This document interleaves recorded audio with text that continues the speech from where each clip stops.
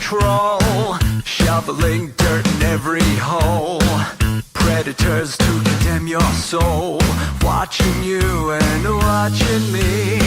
We're all connected but separated, misunderstood and so frustrated. A million armies of one have invaded, watching you and watching me. We live behind glass curtains and act like nothing's wrong.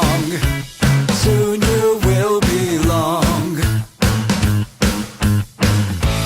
I know you're out there somewhere. We've watched you for so long. Wait for you to fall. We'll expose you all. I know you're out there somewhere watching me. Little brother wants to make headlines, be immortalized. Everyone's got an electric eye, we're the digital spies. They've watched you for so long. I know you're out there somewhere watching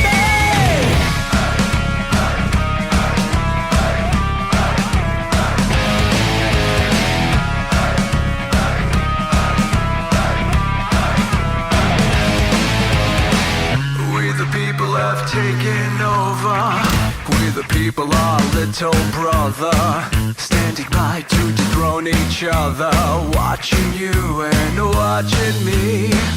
Paranoid, the lens is our weapon, desensitized in our lust for attention, democratized by our voyeur obsessions, watching you and watching me. Slaves to perfection, don't let them project you as you are. Reveal your every flaw. I know you're out there somewhere. We've watched you for so long. Wait for you to fall. We'll expose you all. I know you're out there somewhere watching me. Little brother wants to make headlines, be immortalized. Everyone's got an electric eye, we're the digital spies. They've watched you for so long. I know you're out there somewhere watching me.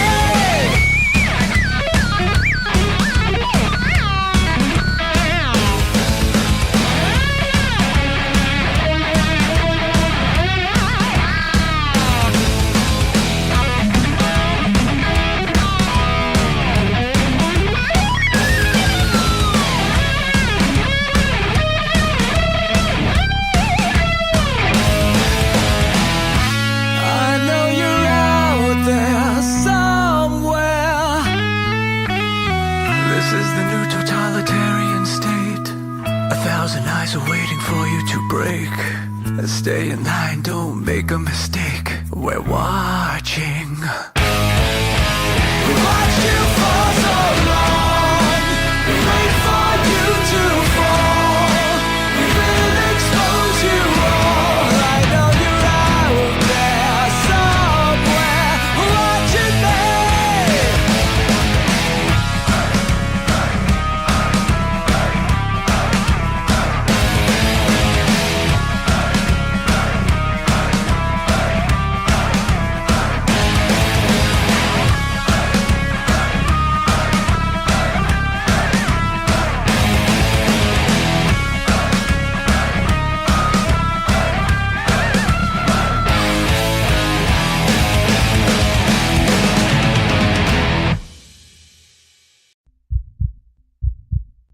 The views and opinions expressed by tonight's guest and topic of discussion do not necessarily represent the official policy or position of Spaced Out Radio, Spaced Out Weekend, Spaced Out Radio Limited, its hosts, syndicated carriers, or anyone associated with this broadcast. Any rebroadcast, reproduction, or other use of this broadcast or podcast without the express written consent of Spaced Out Radio or Spaced Out Radio Limited is strictly prohibited. Listener discretion is advised.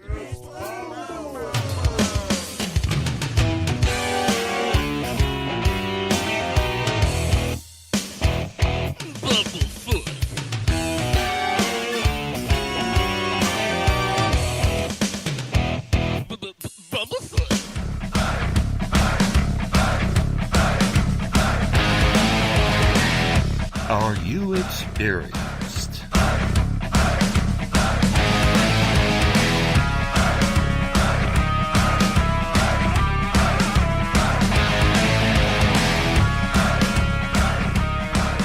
Stop right there!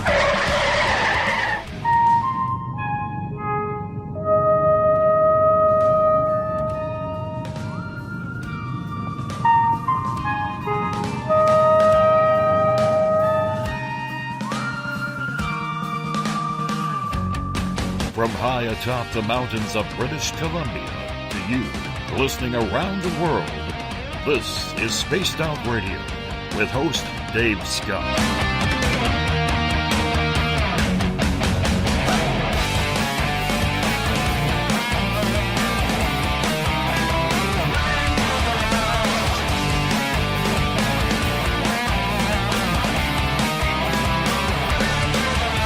You can follow us on our website, spacedoutradio.com, on iTunes and TuneIn.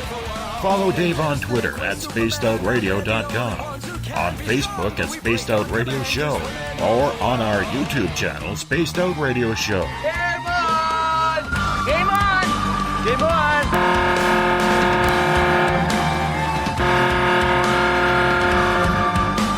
Dave, oh Dave, are you playing with Bigfoot and aliens again?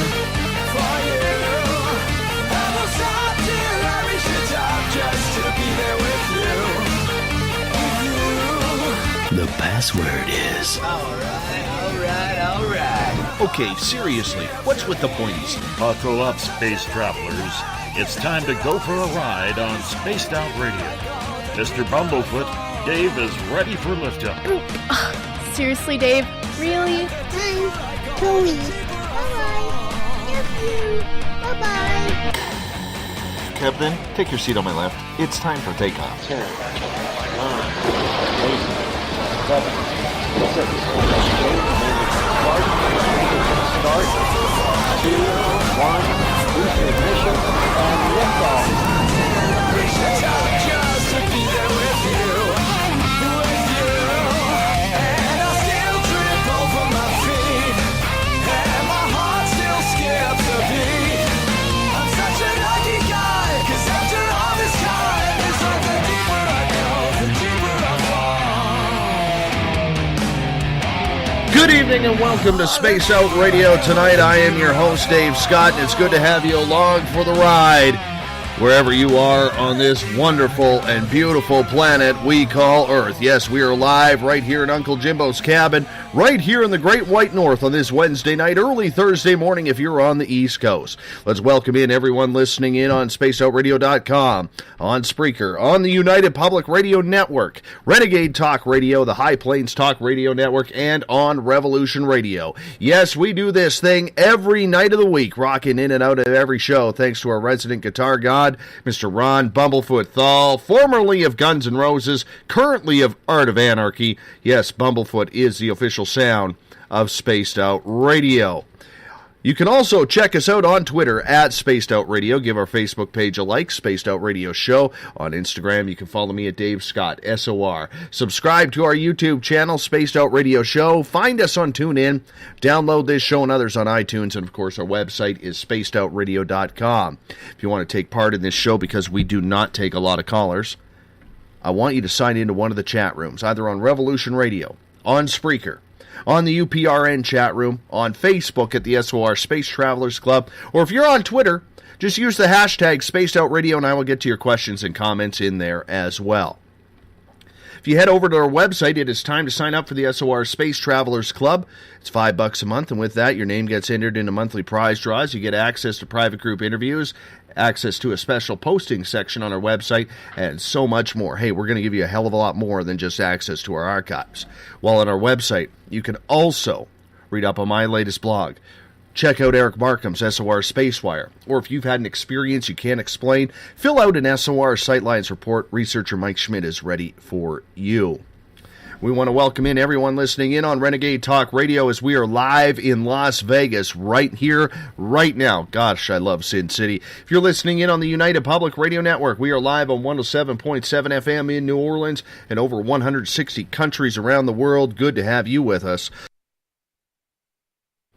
And if you're listening in on Revolution Radio, remember the Double R Machine is a donation station financed by you, the valued listener.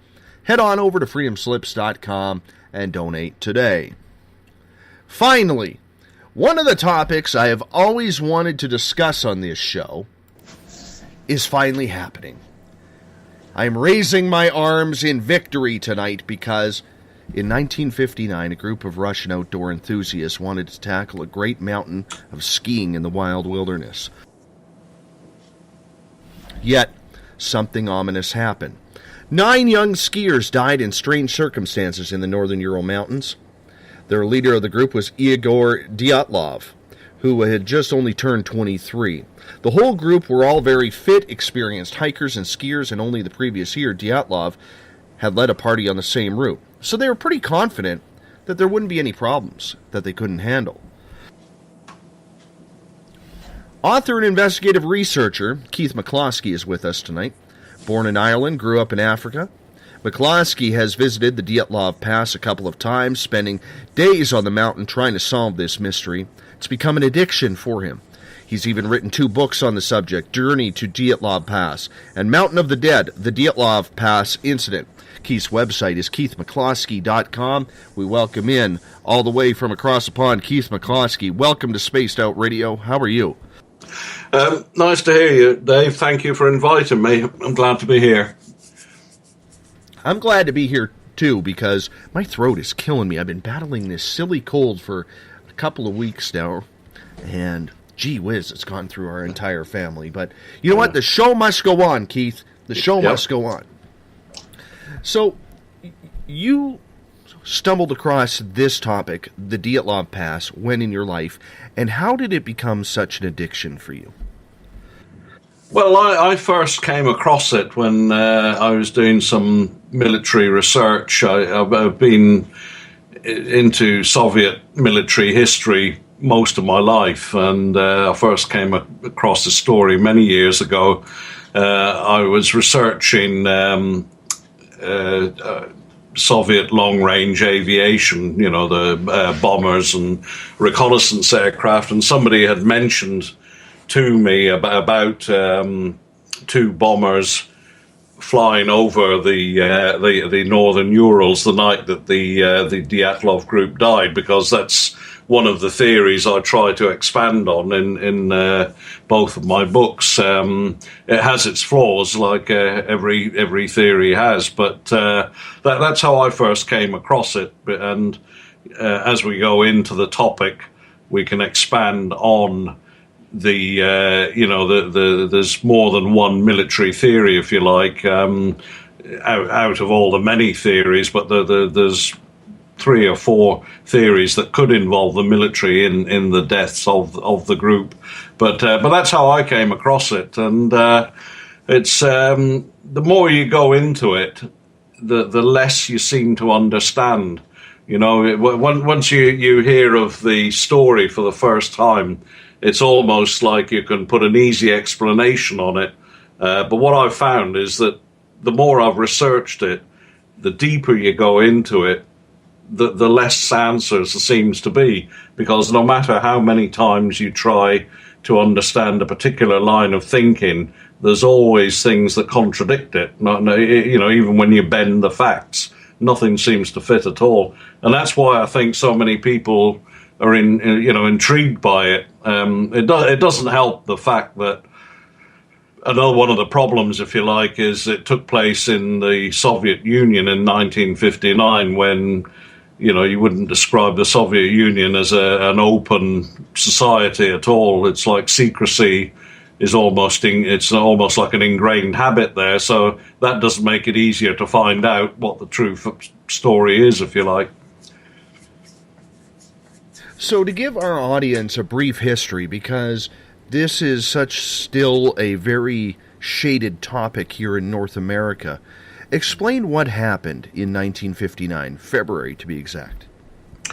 Well, what happened was that there was 10 students. They weren't all university students, but we'll describe them as students set out from the city of Sverdlovsk in just the other side of the Urals from Moscow. You cross over the Urals into the eastern part of Russia, and they were all leaving from Sverdlovsk to go into the northern Ural Mountains.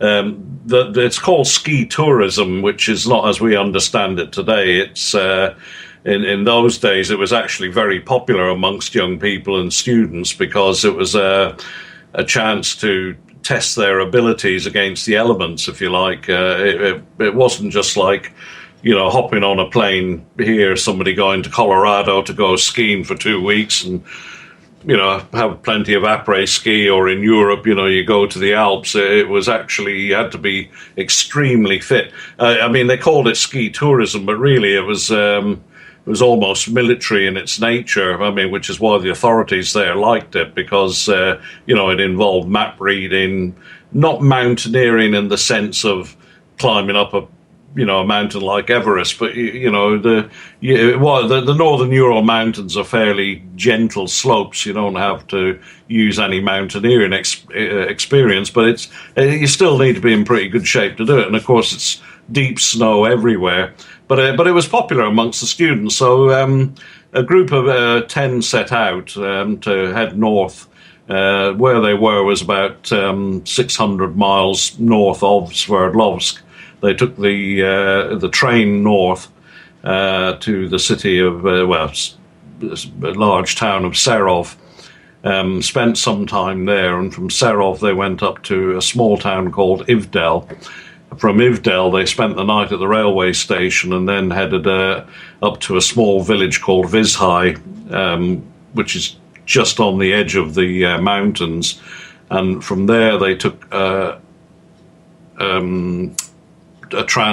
lorry to a woodcutter's settlement, where they spent a night, and then they headed into the mountains and spent one night at an abandoned geologist settlement, a kind of just wooden shacks, really. And there, Yuri Yudin, who was the 10th member of the group, left them.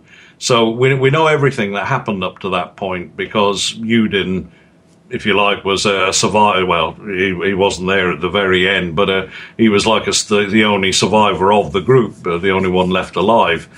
He turned around because he was feeling very ill and decided to head back from the abandoned geologist settlement.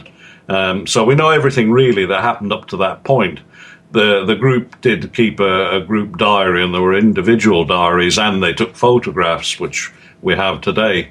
But from there, we don't really know what happened, despite the diaries, despite the photos. There's talk of some of the diaries being altered to suit certain facts, but as I say, up to there, we know for sure more or less what happened. From after Yuri Yudin left them, they had 3 days then to get to the Mountain of the Dead, Kholat Syakhl, and they, which is the local Mansi name for it. They made their way to the base of the mountain, and if you like, the first part where it starts to go peculiar is they went up onto the pass, which deviated from their route to the mountain they were going to. I'll say a quick mention about the two mountains there. Mount Otorten, it was their destination, which is about 9 miles away from where they were found. And a lot of people have wondered why the group leader, Igor Dyatlov, should decide to have done that. But some people have put it down to the fact that they were undertaking a trip which was categorized as the highest level of difficulty. At that time then, it was Category 3, and it was meant to test them to the absolute limits so that they could all attain the grading.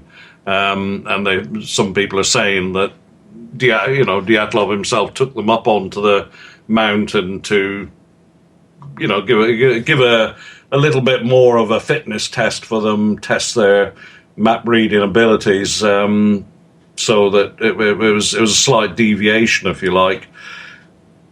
That night was they pitched their tent on the 1st of, as the sun was setting, on the 1st of February 1959, and about 2 to 3 hours after they'd pitched the tent, it was obviously dark, and they'd eaten, and something happened to make them all slash their way out of the tent and make their way to the tree line where their bodies were found.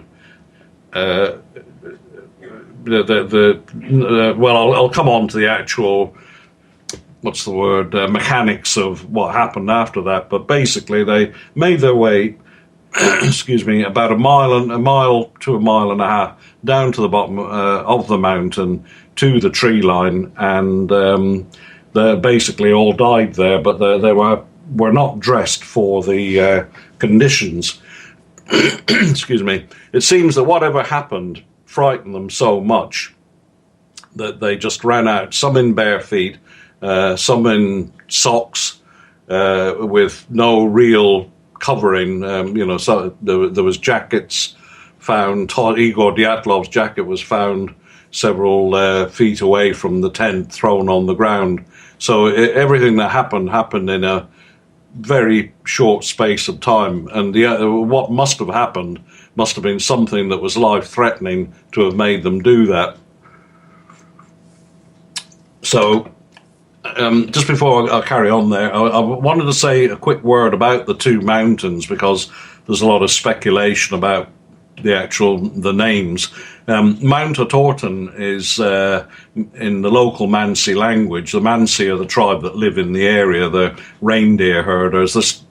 Their numbers have been dwindling quite a bit, but basically they're the sort of tribe that, it's a bit like the North of America. You have various tribes living in the north, and they kept themselves to themselves, but they had names for everything. And Mount Otorten in their language means don't go there.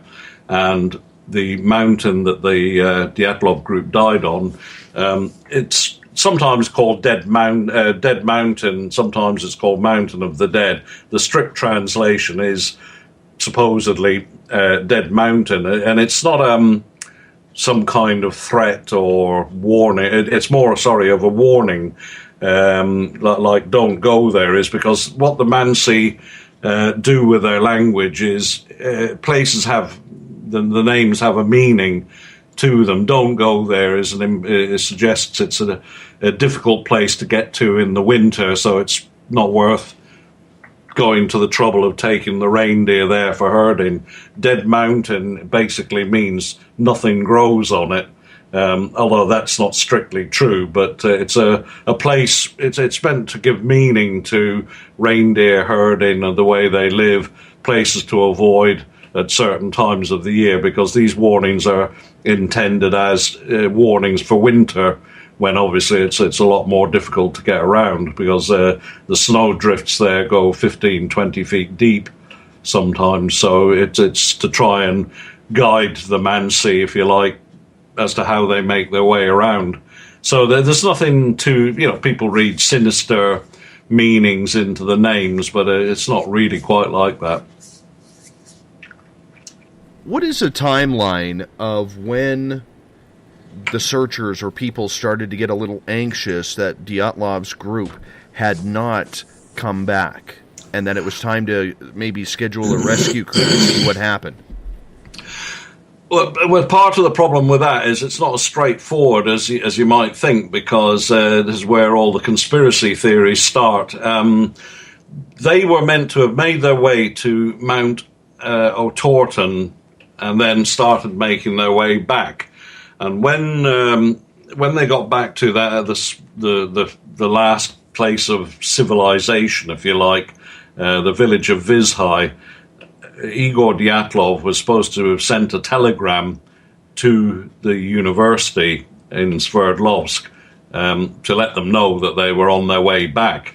And of course, and you had to, obviously the nature of a trip like that, you've got to allow a little leeway on either side. They might have been a day later, 2 days later, depending on the conditions, because it was quite hard going. But around the 12th, anyway, they would have been expected to have sent a telegram back to say they were in Vizhai and that they'd be back within 2 to 3 days in Sverdlovsk. So obviously that didn't happen. And there was a bit of confusion because there was another group had sent a telegram.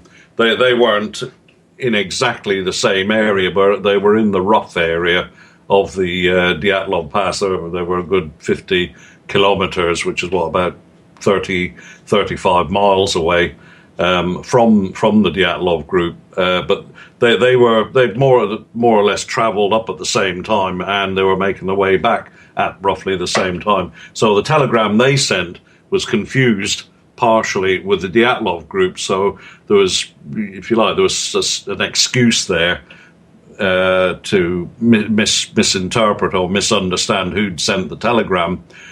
But having said that, nothing happened. Days started to pass, and the relatives, mothers and fathers, and brothers and sisters, friends, were all starting to get worried because they hadn't arrived back and there was no news from them.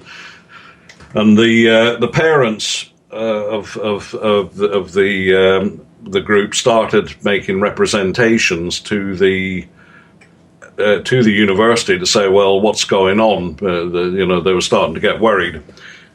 They did also start talking to people to the local police, if you like. There's the local prosecutor's office. I'll come on to that later. But they were worried enough to start pushing people to maybe do something because they were getting extremely worried, and representations were made to the local Communist Party.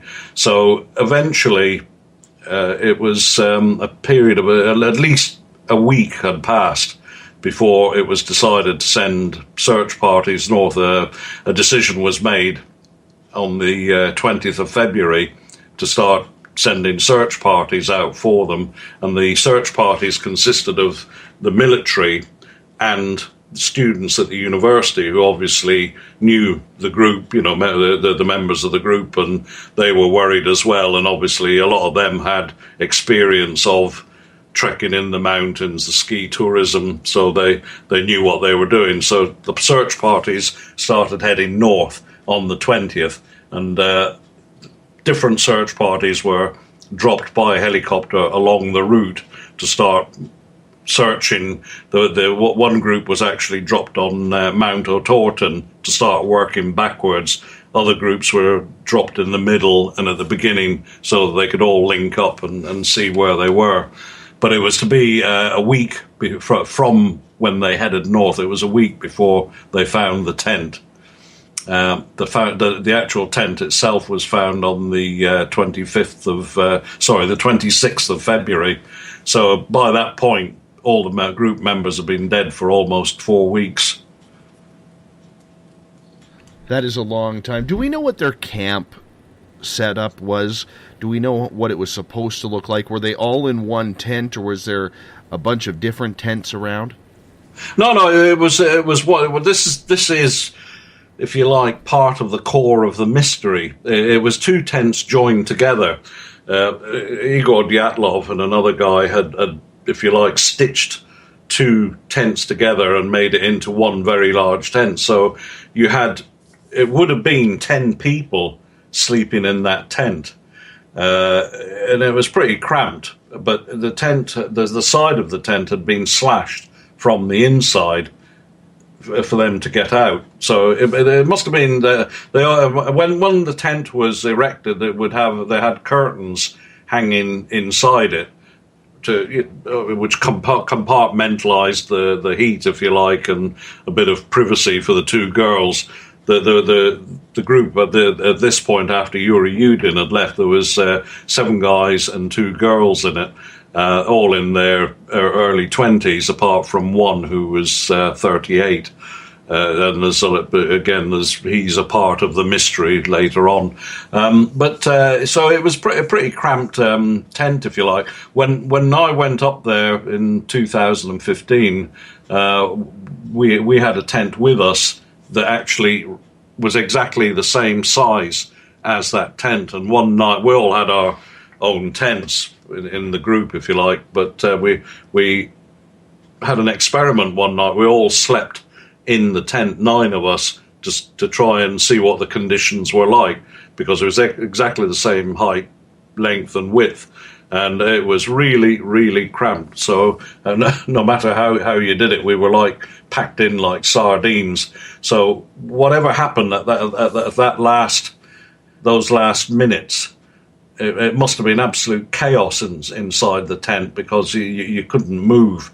You were literally all jammed in. So if there was something threatening them in some ways, maybe the only way out to get out quickly was to slash the actual side of the tent so they could all get out quickly, because the front of the tent is the tent was canvas, and the way it's, if you like, closed is with buttons, with a flap over the buttons. So it wasn't like, we have zippers today, so you just pull the zipper up and you're out straight away. But it wasn't like that. You had to. It would take you several seconds to fumble around in the dark, or even if you had a light, it would take you time to undo it. So that's part of the explanation for slashing the tent. But once you've slashed the side of your tent, you've basically destroyed your home, which is not the best thing to do in those conditions. But it was obviously life-threatening. Before we get into your theories as to what happened, I know you've been up to the Dyatlov Pass where the incident occurred a couple of times. I would love it if you could describe the area, the elevation, and everything to our audience. It's not as I say, mountains in the sense like the Rockies or the Alps or any, the Andes. They look like gentle rolling slopes, but it's especially in winter, it's hard work to go through the snow, because the snow is so deep. The way that they were doing it was to walk in a line, and the first person, the person at the head of that line, was tramping down the snow for making, and as the others walked over that particular, where the first one had been, the snow would be tramped down. Obviously, that's quite hard work. So every 20 minutes, the person at the head of the line would go to the back of the line, and the next person, who obviously wasn't quite so exhausted, would take over. But it was hard work. But the actual slopes are, I would say, they're reasonably steep. You'd need an element of fitness even in the summer to be able to do it. It's very heavily wooded. They call it the taiga, but it's very, to make your way through those woods. The Mansi have got paths through them, and you need to stick to the paths, because in the winter you've got very deep snow drifts. In the summer, the whole place turns into a sea of mud, and it's just as hard going, because I wrecked my knee on my trip up there the year before last, because we were making a fairly fast movement along one of the paths to the base of the mountain, and I sank in the mud, but I was going so fast that I missed my footing, and you had to wear Wellingtons. Mountain boots were just a waste of time, but I sank at points you were sinking in up to the middle of your thigh in some of the mud. But I'd misjudged it, gone in, and the weight of the backpack, which was nearly 55, 60 pounds, swung my body around, so my whole body, if you like, twisted on my knee. And it didn't go then, but it went later. So, but we'll come to that in a minute. So it's not an easy. If you think you've walked up some mountains they're all about 3,000 feet roughly, you can do it if you take your time and you're not in the best of fitness, but you do need to be fit. But once you're out of the tree line, because some of the mountains are covered in the taiga, the trees, but Dead Mountain itself, Kholat Syakhl, is treeless. There's no vegetation up there. But when I say there's no vegetation, as you're walking over it, as you're going up the mountain, it's like a kind of, I'd say about a foot deep of kind of vegetation that you sink into, and it's got very thick knotted branches entangled in it, so it's easy to trip up. You have to watch your footing, and you come across large areas of rocks, which are not giant rocks, but they're probably, a lot of them are about up to 15 or 20 pounds. They don't balance properly. A lot of people are falling over on the rocks. So it's kind of like you've got barren kind of moonscapes in areas. Of course, in winter, that's all covered in snow. But it's not the easiest place to get over.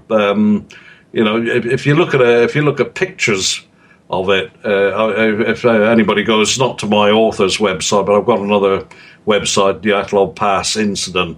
I've taken pictures of when I was up there with the group, and you can see for yourselves what it's like. But the actual, you think, oh, I could walk up that fairly quickly if I had my dog with me or something like that, but it's not as easy as it looks.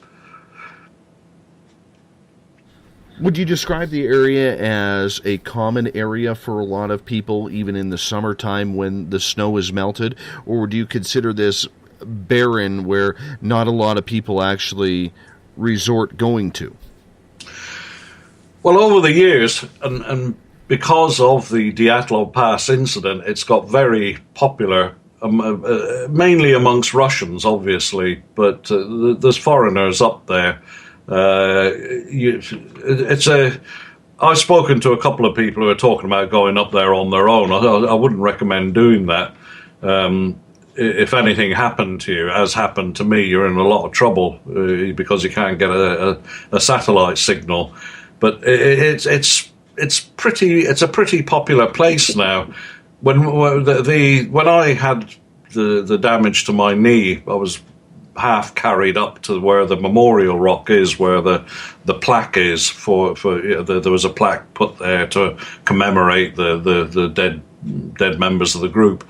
So I was sitting by that rock, and then within 2 hours there must have been half a dozen different people passed by, going one way or another.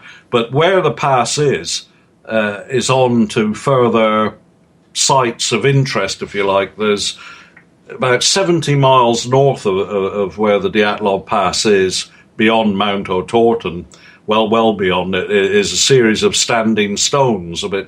It's not quite like, they're not man-made, they're just weathered rocks, but they're peculiar because they're called in the Russian, they're man-pu-ponur, which means seven. I think it's 7 strong men.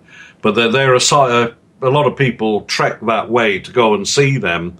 There's a couple of lakes nearby which are quite beautiful to look at, and a lot of people actually continue over the mountain to go to the other side of the Urals to come out on the side where the city of Perm is, although it's a good bit north of Perm, but then you come down. So it's a regular route now. I would say when I damaged my knee and I thought, well, nobody's going to carry me nearly 30 miles back to get the truck, I was actually quite worried, but I was picked up by a group of hunters within 12 hours of being on the mountain. The two of them detached themselves from they were hunting bears, and they two of them they all had four-wheel drive trucks. And two of the hunters who were going on to another area that's related to the Dyatlov incident, which I'll come to, but they detached themselves and took me back because my knee needed immediate medical treatment. So I was obviously worried about, am I going to get picked up out of here, or I'm going to be stuck here, or whatever. It was quite I won't lie about it, it was actually quite frightened, but the group wouldn't have left me on my own. There was somebody with me to translate, because I know a few words of Russian, but once they'd got back, they would have arranged for some of the forestry workers to pick me up. But the thing is, when I was up by the Memorial Rock, there was a man going north on a quad bike, one of these giant quad bikes, and he said to me that the forestry workers in that area had all gone north, much further north, and they wouldn't be back for a week to 10 days. So I'd have got out eventually, but it's not a place you want to go on your own and get stuck there. When sorry if I'm rambling a bit here, but when I was picked up by those two hunters, we were driving back through the taiga, the forest, and at times you could actually walk faster, much faster than we were driving, because the mud was so bad. And we came across a guy on his own who wasn't a Mansi. He was a Russian from another good, I think, from the east of Russia, but he was just trekking on his own, which seemed strange to me, to be walking through woods where you've got huge bears, packs of wolves, wolverines, and if anything happens to you on your own, you're in deep trouble. It struck me as really strange to be doing something like that. But yeah, so it's a pretty popular area, and of course after the deaths, the whole area was closed down for 4 years. It wasn't so much closed down in the sense that a big sign was put up and a fence around it saying nobody must go in here. What happened was they wouldn't give permits out to anybody to travel in the area, because you had to have a permit to go up there. The Soviet Union in those days was pretty... it was a closed area. Sverdlovsk at the time was a place where foreigners couldn't visit. So, travel was restricted. You needed to basically have a reason to go anywhere. So after the deaths, they just said, well, we're not giving any permits out. And it was 4 years before it was opened up again to people to be allowed to go trekking up there. And one of the first things that was done after the permits were issued again was Valentin Yakimenko, whose negatives, who did a study of the group negatives. He went up there to put the plaque up and a kind of memorial on the top of the memorial rock. It's called Boot Rock, but I call it the Memorial Rock because people leave flowers there now, and there's photographs of the group on the rock. So he was one of the first up there, and a local helicopter that was fighting forest fires carried cement up for them to erect a kind of memorial on the top of the rock. I was going to ask you about the wildlife, but the way you described it, I'm thinking, geez, that's just like my area here at home. Bears, cougars, wolverines, wolves. I'm thinking, geez, I'm in that same type of situation right now where, I 15 minutes outside my house, I go into the forest and boom, you can get lost at at the snap of a finger. Let's look into the incident here a little bit. Yuri Yudin survived the incident because he became ill. What was his reaction from being with the group and then having to leave only to find out what had happened? Well, he didn't hear straight away. I would have thought that he would have been the go-to man straight away to have gone north. I mean, he was called in to try and identify some of the belongings, but it's strange that they didn't go straight to him. After he got, I think it was still the holidays when he went back. He was at the university, and he was also, a lot of people say he was geologist. He was interested in geology, but he was actually studying economics. But he'd gone back to his parents' place to stay with them. The university would have known where he was, or the authorities, but nobody called him out straight away. But he was really obviously shocked. It affected him for the rest of his life, what happened to them. And he always said that if there was one thing he could find out, it was what happened to his friends that night. I would imagine any of us would feel like that. You say you're going out with a group of friends that you've known that you're at university at, or even just friends that you know, 9 of you. You think, well, let's have a bit of an adventure. We'll go up into the mountains for a week or so, a bit of skiing and a bit of orienteering, or just going up into the mountain. And suddenly you get ill, you go back, and then you find out all your friends are dead, and in totally mysterious circumstances. It's bound to happen. Death affects us all the time. Not all the time, I don't mean that, but in that sense. But death does affect you when somebody you know dies. Depending on how well you know them, how much you love them, how much you like them, it obviously affects you. It's bound to affect you. And I think deaths like this, when it happens in such a strange way, it has got to have a deep effect on somebody probably for the rest of their lives. And he must also thank his lucky stars that his illness saved him. Well, he's dead now, but at the time, he would have died along with the rest of them. So he had a very narrow shave, and that he dwelt on that quite a lot as well. But he used to visit the Dyatlov Foundation fairly regularly most of his life. He lived in a small place called Solikamsk on the other side of the Urals, but just north of Perm. But if you like, the Dyatlov story was basically the rest of his life. Lived with him. At the time, because the Soviet Union was still extremely communist, we were going from the Stalin era up to the Khrushchev era. Now, what was the tension like with the Russian government at that time, comparatively to fast forward to today, where there's more technology? Russia's no longer a communist country. Have they opened up any books to this? Could you tell us the political difference? Well, the political difference, it's not as great as you might think, because things are starting to go back the way they were there. That's what a lot of people say. But in the days when they were all considered good communists.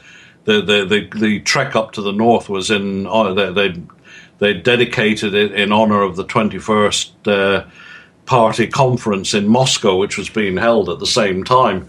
That might seem a bit weird to us in the West. It'd be like somebody dedicating a trip up into the Rockies to the Democratic National. You have a conference over there, or the Republican one. So it seems a weird type of thing to do. But in those days, in the Soviet Union, it was wise to, sort of be seen to support the party, to be the best communist you could be, to the way you led your life and conducted yourself. They were all, if you like, shining examples of young communist youth. It's interesting to note that at that time somebody had taken a bust of Stalin to the top of one of the highest mountains in Russia and left it there to dedicate it to him, which seems a bit peculiar to us, but that's how it was. And the other thing about Soviet society in those days was it was riddled with informers. People you were listened to all the time. If you were to sit in the university and be talking to your friends, you wouldn't necessarily want to say anything that was anti-communist, because you never knew who was listening. That was part of the problem.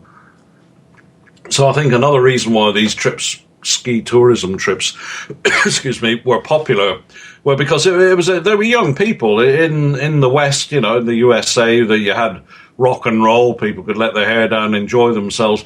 There wasn't a lot of things like that in the Soviet Union. It was a fairly, despite their military technology at the time, but it was a relatively poor country, and the only way there wasn't much outlet for enjoying yourself. There was no rock and roll as such, or anything that smacked of Western influence was viewed with displeasure, if you like, by the communists, and it was one of the few ways that they could let their hair down. It might seem a bit strange, but they enjoyed themselves. They were away from the city where at least they could talk freely amongst themselves. But by that, I'm not saying that there were people within the group who were anti-communist, but it was a chance to be a little bit more relaxed and try and enjoy themselves away from being observed all the time. When they were at Serov, when they went north, they had a couple of problems there at the railway station, and one of them was singing, and the police came along, and I think people read things into it, the involvement of the police because somebody was singing, but it was a kind of good-natured thing, but he was hauled off to the local police station and he was released. But Zina, one of the girls, had said, well, we haven't broken any laws under communism, and I don't know why they're behaving like this. But there's one or two people have said, well, maybe there's something in the fact that he was arrested by the police. But I think Serov is a fairly small place. Obviously, local policemen with too much time on their hands, they see a bunch of people they don't recognise, youngsters, they obviously throwing their weight around a bit, so I wouldn't read too much into that. But the fact is that the singing was frowned upon. It involved the police sort of saying, well, don't do that, and we're hauling you down to the station. So even to sing, if you like, in a public place brought attention on you. So it was a very, very strict society. And comparing it with today, though, okay, the Communist Party's gone, if you like. It's a freer place in a lot of ways. They have the internet, but it's still the old habits of secrecy are still very much ingrained. It's if you try and follow, say, some theories that involve the military, you can go to prison for a long time now for talking about military matters, no matter how long ago. And I'll give a couple of examples of that in my book as to how anything that might be deemed security breach, if you like, security breach, it will attract the attention of the authorities even now. So people are still, I think, fairly careful of what they say and do. One of my friends over there said to me, "You've got the Russian government, you've got the Russian people, and they're two very different things." People are freer. I communicate with my friends in Russia on the internet. Well, there was no internet then, obviously, but even if there had been internet, I doubt if people would have been allowed to have computers to even use it. I know somebody over there who used to listen to the Voice of America and the BBC, and that was illegal. You could be arrested for that back in communist times. But so it's got freer, certainly, but there's a lot of people who think it's starting to slowly head back the way it was. Now that the Dyatlov Pass is a tourist attraction, we've seen over the last number of years, Hollywood came up with a movie in 2013 about the incident. They came up with their own theory, which included time travel. Did you ever see that movie, and do you think it's typical Hollywood making a mockery out of an idea, or do you think it was well done with imagination? Well, yeah, I've seen the film, but to be honest, I think there's a film to be made about the Dyatlov story, but that wasn't it. It wasn't a bad attempt at it. Okay, you don't have to agree with their view of it, the time travel element, but I have to say I didn't really enjoy it. I think a movie... I'm with you. I think a movie about it, you could follow any theory you liked, but I would have been inclined to have made it set in the time itself and tried to stick more to the original. I know that what they were doing was they were looking back, if you like, to sort of say, this is what happened to them and we're living it now. I think a better film about the Dyatlov story would be to make it with people playing the actual group and following them up. And I think a lot of people would enjoy it more because it would be much closer to the truth, which would make it more enjoyable for people who know the story. And you could follow any theory you want at the end. I'm not knocking the actual theory element. I didn't particularly think it was. I didn't think it was that well done. But you could follow any theory you wanted within a new film. And I still think it would make it an enjoyable film because, let's face it, there's so many different theories out there that it won't. No film that anybody makes with whatever theory they follow is going to please everybody. That's part of the problem. So, Gail has a question in the SOR Space Travelers Club. She is asking, Keith, do you believe the Mansi people were considered violent at the time and could have had something to do with this? Well, the Mansi were exonerated by the Lev Ivanov and his boss. I was going to come on to that later, but I'll say it now. Lev Ivanov, who was the lead investigator, if you like, people tend to focus on what he was saying. He exonerated the Mansi. His boss, Yevgeny Okishev, gave 2 interviews in 2013. He's still alive and he lives in Moldova. And what happened was he went north shortly after the bodies were found. Lev Ivanov was up there, but he went himself, and he booked himself into a hotel in Ivdel, and he booked a room for one of the Mansi elders to come and meet with him. So the elder, who is on the council of Mansi representatives, came down with his dogs. He wouldn't sleep in the hotel. He said to Okishov, "I'll sleep outside with my dogs, even though there's deep snow outside, because some of them live out in the open all the time, even in winter." But he interviewed him, and after what the Mansi elder said to him was, "We had nothing to do with this." He said, "When Russians come up here, they are honoured guests in our community," and on the basis of that interview, they were the theory. Excuse me, my throat's going. The theory that the Mansi killed them was dismissed by the boss of the investigation, Okishov. Now, you could say, well, he can't be that great an investigator if somebody comes in, and says, he says, "Did you murder them?" And he says, "No, I didn't." He said, "Okay, off you go." An experienced police investigator wouldn't necessarily do that. What that points to is that they probably know the Mansi weren't involved and that they knew exactly what had happened, which is when you start following the authorities' involvement in this. And that's why he said, "Okay, off you go, no problem." But he spoke, in his interview, he spoke quite well of the Mansi elder.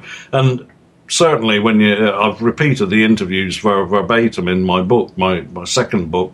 The Mansi elder said no. That he also pointed out that Dead Mountain itself is not a sacred place, because they were saying females were on it. 2 of the females in the group, and that's why they were killed, because females weren't allowed there.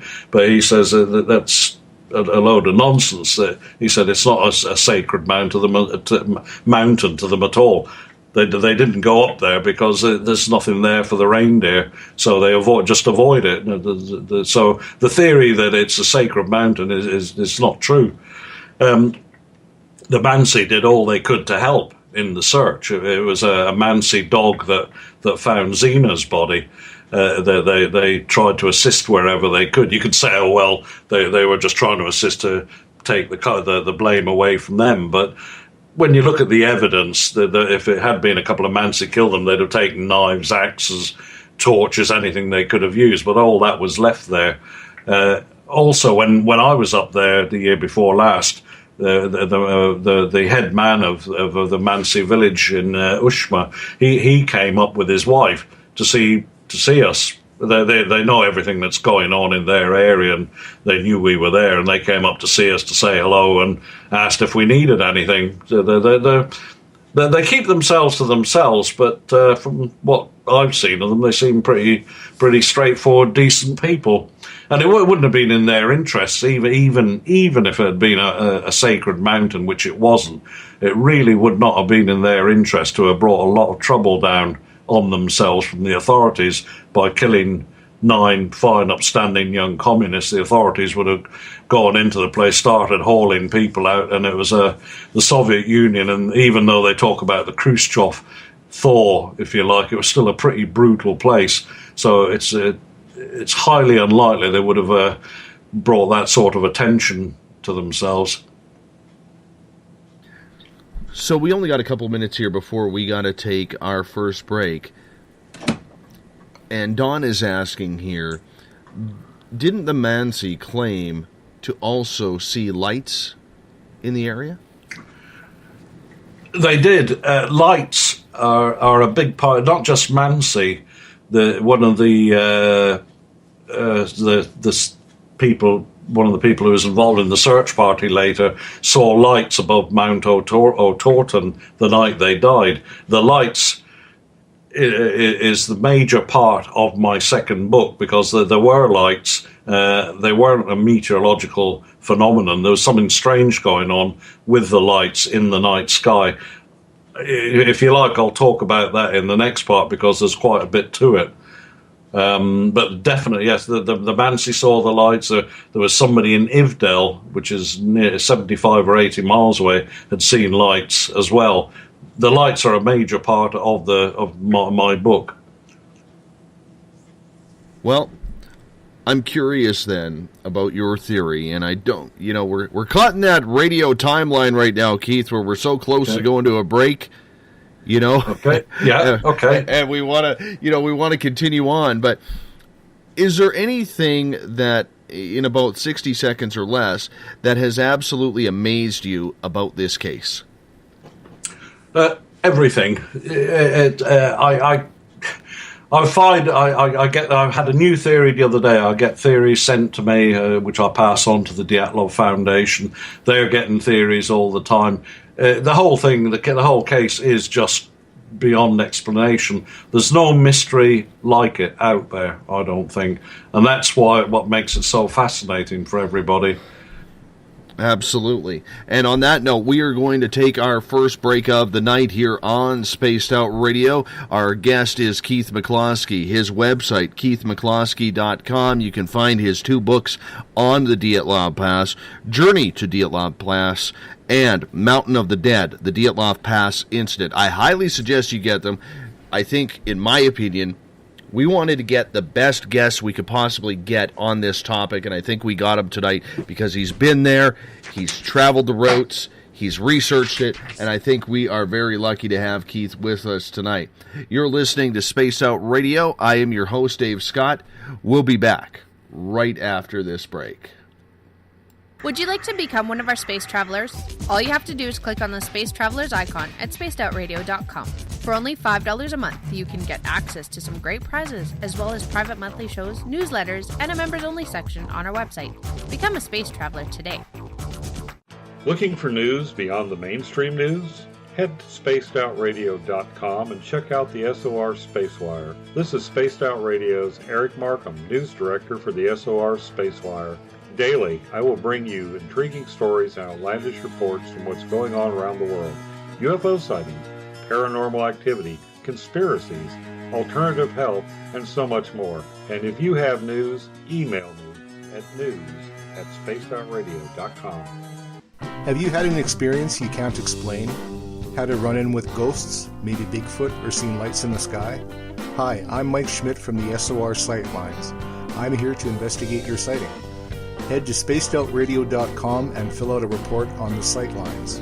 All your information is 100% confidential, and I will help you figure out what you've been seeing. File your report, and let's find out the answers together.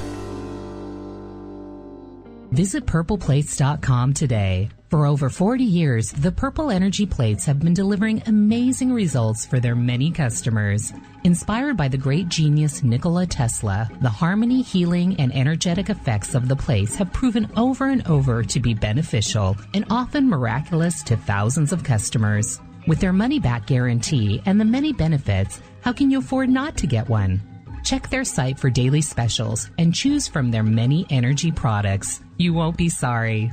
Visit them today at purpleplates.com for mind, body, and spirit, and expect a miracle. Are you interested in advertising on Spaced Out Radio? Head to our website at spacedoutradio.com and click on our advertising tab. There, you will find an assortment of ways you can get your product out there with us, from radio commercials to banners and social media. Have a product you like our hosts to endorse? We can do that too. Visit spacedoutradio.com for more details. Have you got your Cosmic Passport? If you need one, tune in to Cosmic Passport on Spaced Out Weekend. This is Elizabeth Anglin, ET experiencer, spirit medium, and host of Cosmic Passport. Each weekend I'll be bringing you interviews and support from other paranormal experiencers, and the best in intuitive spiritual guidance from across the globe. It's all happening starting at 9 p.m. Pacific Time, midnight Eastern, on spacedoutradio.com. From British Columbia to Northern California, Pacific North Weird has Cascadia covered. Check out our feature videos at spacedoutradio.com, where I, Vincent Zunza, and my super sleuth partner Alexandra Sullivan track down the weird and strange stories from around the Pacific Northwest. From Bigfoot to Mel's Hole and everything in between. This is what makes life exciting. So why report the normal when we can report the Pacific North Weird right here at spacedoutradio.com. Oh, there's only one way to rock. Loud and proud. In high definition. Radio 702 rocks. Las Vegas. Every Saturday and Sunday night, as Dave Scott wanders aimlessly in the wilderness, you can come hang out with me, James Tyson, in Spaced Out Weekend. Starting at 9 p.m. Pacific, midnight Eastern, I'll take you along as we talk with some of the best experts in their fields. SpacedOutRadio.com is the place to find us. So sit down, relax, put your feet up. Enjoy the topics like the paranormal, supernatural, intuitiveness, and so much more. Hope to see you there. Don't have time to listen to Spaced Out Radio live? Wherever you are, the car, the office, the shower, or even if you're traveling, we're right here for you. Each Spaced Out Radio show can be found on iTunes, TuneIn, and on our YouTube channel, Spaced Out Radio Show. It's the perfect way for you to catch up on our shows. For more information, just head over to our website, spacedoutradio.com, and tune in to us today. The views and opinions expressed by tonight's guest and topic of discussion do not necessarily represent the official policy or position of Spaced Out Radio, Spaced Out Weekend, Spaced Out Radio Limited, its hosts, syndicated carriers, or anyone associated with this broadcast. Would you like to connect with us? Head to spacedoutradio.com for all your latest show info. And hit us up on Twitter using the hashtag Spaced Out Radio. Now, back to Dave Scott and SOR. Welcome back to Spaced Out Radio tonight. I am your host, Dave Scott. Good to have you with us. Thank you so much for being here. Tomorrow night on the show, ufologist Jason Martell is going to join us. We're going to talk UFOs, ancient aliens, and so much more. We get going at 9 p.m. Pacific, midnight Eastern Time, right here at spacedoutradio.com. We want to welcome in everyone listening in on the United Public Radio Network, live on 107.7 FM in New Orleans and over 160 countries around the world. Good to have you with us. We are live in Sin City, yes, Renegade Talk Radio in Las Vegas. Good to have you with us as well. And if you're listening in on Revolution Radio, remember the Double R Machine is a donation station financed by you, the valued listener. Head on over to freedomslips.com and donate today. Bill Cardwell has set the password for the SOR Space Travelers Club for tonight. Arachnoiditis. Arachnoiditis is your password. Now that one I know has something to do with spiders. Arachnoiditis is your password. Make sure you use it wisely if you are a space traveler. If you want to follow us on social media, you can do so on Twitter at Spaced Out Radio. You can also use the hashtag Spaced Out Radio in order to communicate with me during the show if you have a question or a comment. You can give us a follow on Facebook. Give our page a like, Spaced Out Radio Show. On Instagram, Dave Scott, SOR. Subscribe to our YouTube channel, Spaced Out Radio Show. Tune us in on TuneIn. Download this show and others on iTunes. And, of course, our website is spacedoutradio.com, where we have a plethora of features for you, including joining the SOR Space Travelers Club for just $5 a month. Tonight we are talking about the infamous Dyatlov Pass. Keith McCloskey is our guest. He's an author of 2 books on the subject, Journey to Dyatlov Pass and Mountain of the Dead, the Dyatlov Pass Incident. I highly suggest you check them out. Keith, thank you so much for being with us tonight. It's a pleasure. Right before the break, we were talking about the Manzi people. They saw lights in the sky. Before we get deep into that, because we only have you for one more hour, there are a lot of theories regarding what happened. Whether it was a lack of oxygen, whether it was nuclear testing, whether it was aliens, whether it was a Yeti. Out of all the research you have done over the years, and I realize the mystery is still right out in the open, what do you think happened that day? I have to say, from the beginning, I've always felt that the authorities know what happened and that it involves the military. That's the theory I have followed strongly in my second book, as to probably a military exercise of some kind in the northern Urals, and everything up there is to do with air defense. I don't necessarily think it was an army exercise necessarily. There's talk of missiles, or I've identified a drone that may have been used, that may have been hit with an anti-aircraft missile, but something of that nature. But the trouble is, even with the military theory, it doesn't really answer all the questions when you start going into it. The other aspect of the military theory is 2 long-range bombers, nuclear bombers, flew over the area that night on a practice test run, and it's possible they may have dropped parachute mines which explode in the air above the ground, which could have caused blast injuries, the worst of the injuries to one of the girls and the older member of the group, Zolotarev, because they had injuries which had no external markings, but they were broken ribs. They looked as if they'd been hit by a car, but a blast would cause that. But then it could be said, well, how come the others weren't as badly affected? Which is true. Well, one of the 4 bodies that was found had an injury behind one of his ears. So you could say, well, how would a blast have caused that? And that's the trouble. Even though I go down the military route, it still doesn't answer all the questions, just like when you go down any of the other routes. Not all the questions are, not all the questions are answered. But I believe the authorities had certainly knowledge of what happened. And I also believe that whatever happened to them was technology-based in some way. Where do you think the theories then came from regarding the Yeti or aliens? Is this just figments of imagination, or just to add to the intrigue of the story? Well, I don't rule anything out. People will, if you like, certain people will say, oh, Yeti, what a load of absolute nonsense, or aliens. Well, nobody's ever disproved that there aren't aliens. It's, I keep an open mind on it. And the trouble is, when you do start going into it, there is no clear-cut answer. So if it could be some kind of animal like a Yeti that has a greater level of intelligence than a bear.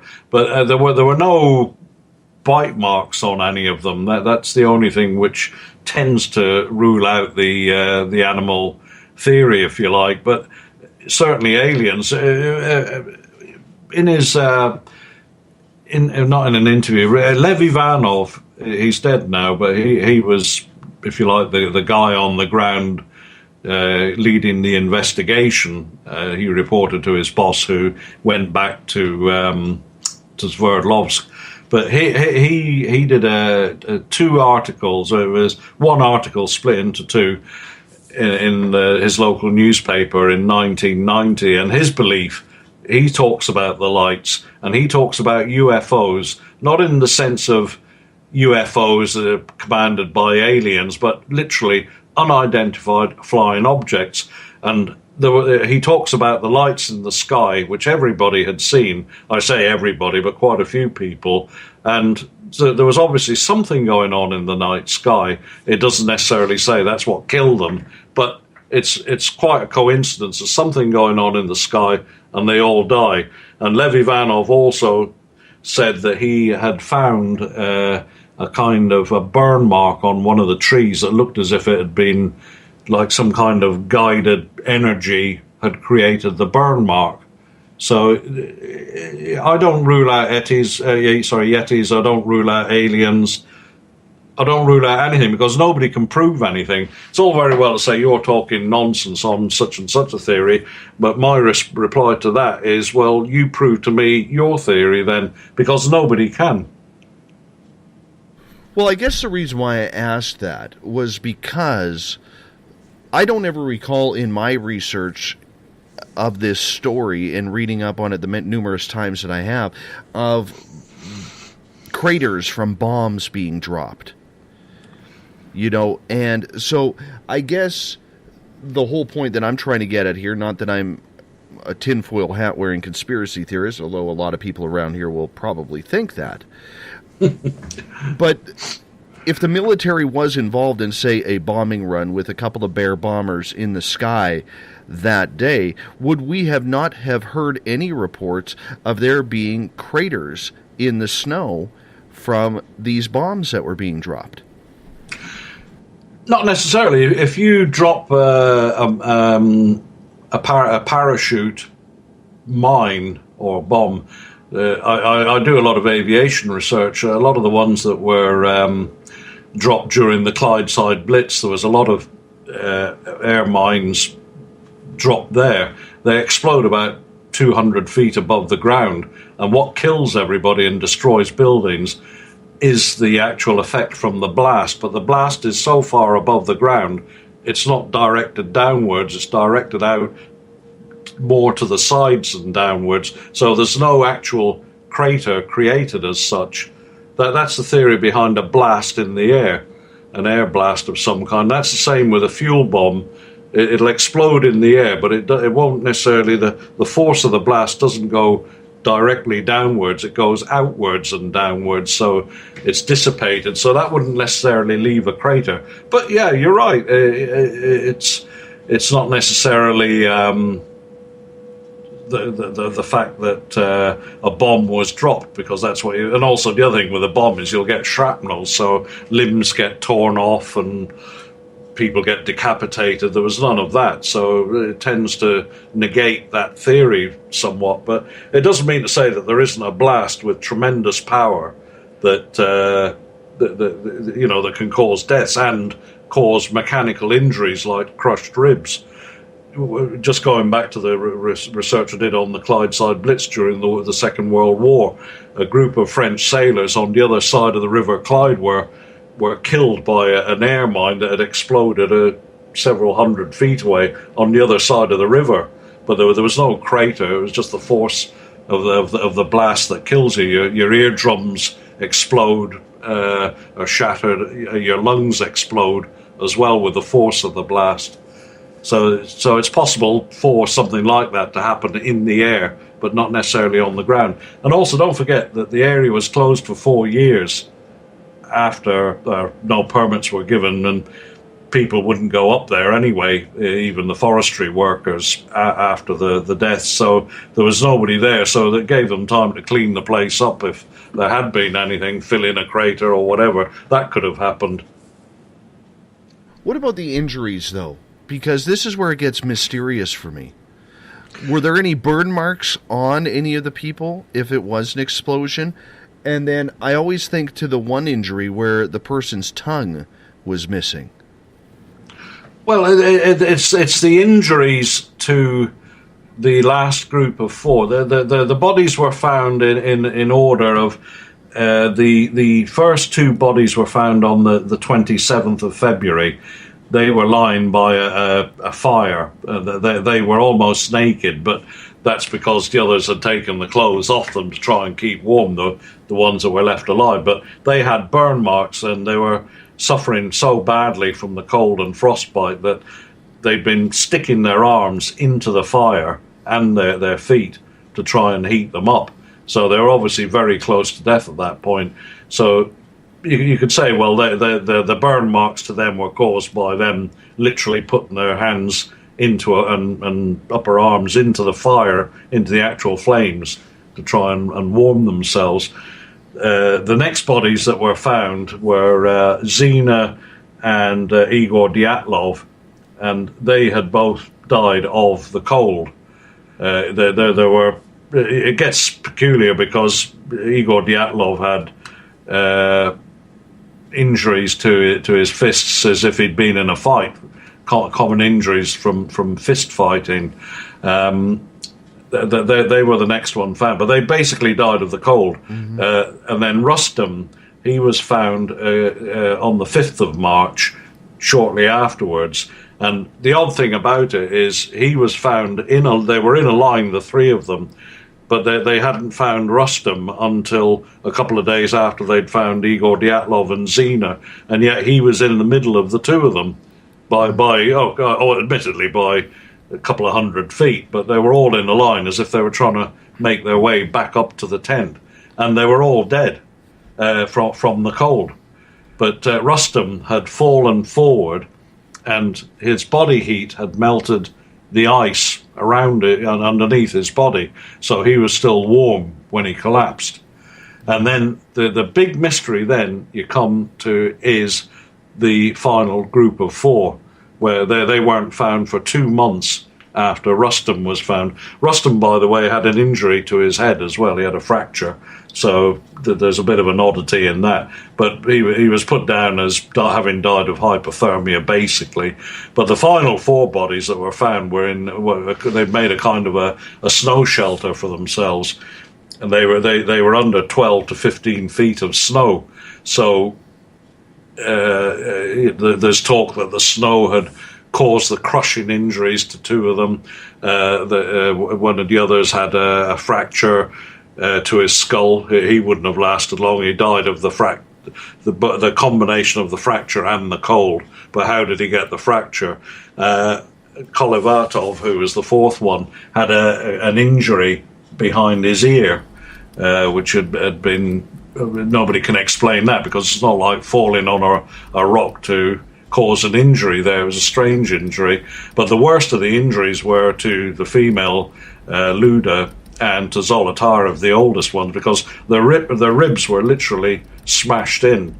Her tongue was missing. It doesn't say cut out. It just says it was missing, both the tongue and the whole root area. And her nose, the cartilage of her nose, had been smashed into her face as if somebody had punched her very hard. So they were very strange injuries. Mm-hmm. I guess when I look at it,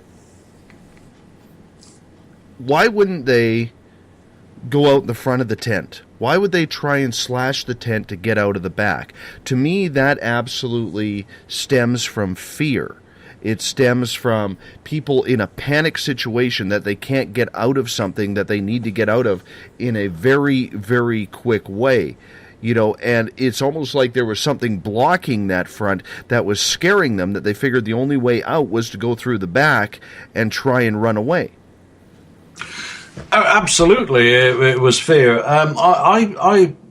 It could have been that they may have started to try and make their way out of the tent, but if it was a life-threatening situation, and by the grace of God it hasn't happened to me, but imagine you're on a plane full of people, there's a couple of hundred people, there's 6 exits for you to get out of.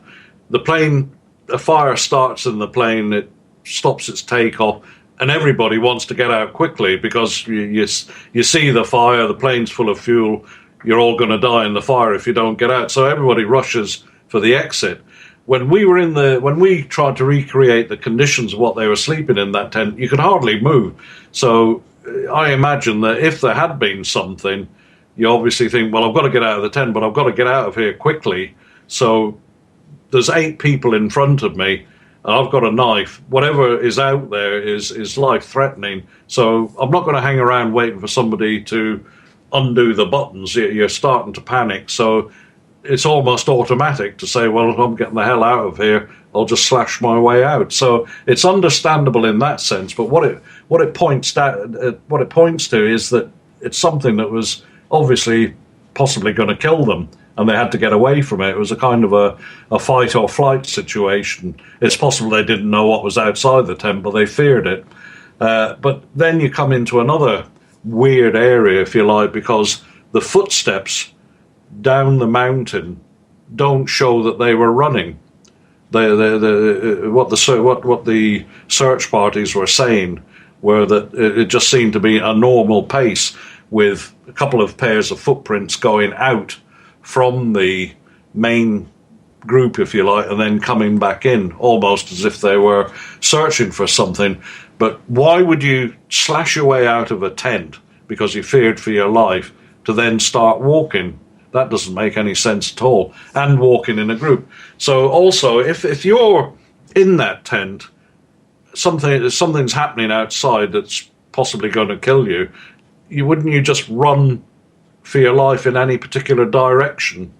Because I mentioned in my book about a couple of geologists that were found in a very remote area of Siberia, and something similar had happened to them.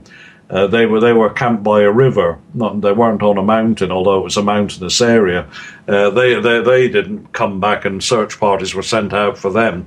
This was in the 1970s, and their two bodies were found in similar circumstances. They had run out of their tent. I'm not sure whether they'd slashed their way out, but they'd both gone in different directions, which sounds like a kind of panic mode to get away from whatever was threatening them. Something was obviously threatening them, but they too died of the cold, and they were partially clothed as well, which suggests that something threatened them.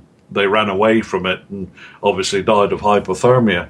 But this business of the line of footprints going down to the tree line, which is about a mile away, it doesn't make a lot of sense. The two events don't tie up with each other. But having said that, that's where you start getting into the conspiracy theories. Is people say, well, obviously they feared for their lives. Why would you walk? If they were killed, the bodies were moved down into the tree line, and somebody else created the footprints. Because people have tried to recreate what happened there at exactly that time of year, and the footprints literally disappear almost overnight in some cases. That's the odd thing about it. I know that what happens with snow when you compress it under certain conditions is it raises a kind of a footprint above the effect the snow has. The footprints give a kind of a raised effect. But as I say, it's been done a couple of times, and the prints disappear very quickly. So you've got that, and yet those prints are supposed to have survived for 3 weeks till the body were, almost 4 weeks till their bodies were found. It cast doubt on that, and somebody, one of the first Russian journalists to look at this case, he maintains the theory that the whole thing is staged, because once the search parties, there was 5 in the first group, descended on the tent, they didn't expect to find them dead. They assumed they were alive, so they wouldn't have been given a lot of attention to, who may be dead, or that the whole scene, if you like, was almost a crime scene. So they would have started following the footprints. So they'd be walking in the footprints. The whole other parties would arrive, walk up over the footprints. So very soon the whole thing's just going to get mashed up. So you couldn't really. It's not like somebody came along and said, "Don't touch anything, stay away from the footprints." Everybody just converged on it, and it was a virtual free for all. So you can't place a lot of reliance on the footprints themselves, I don't think.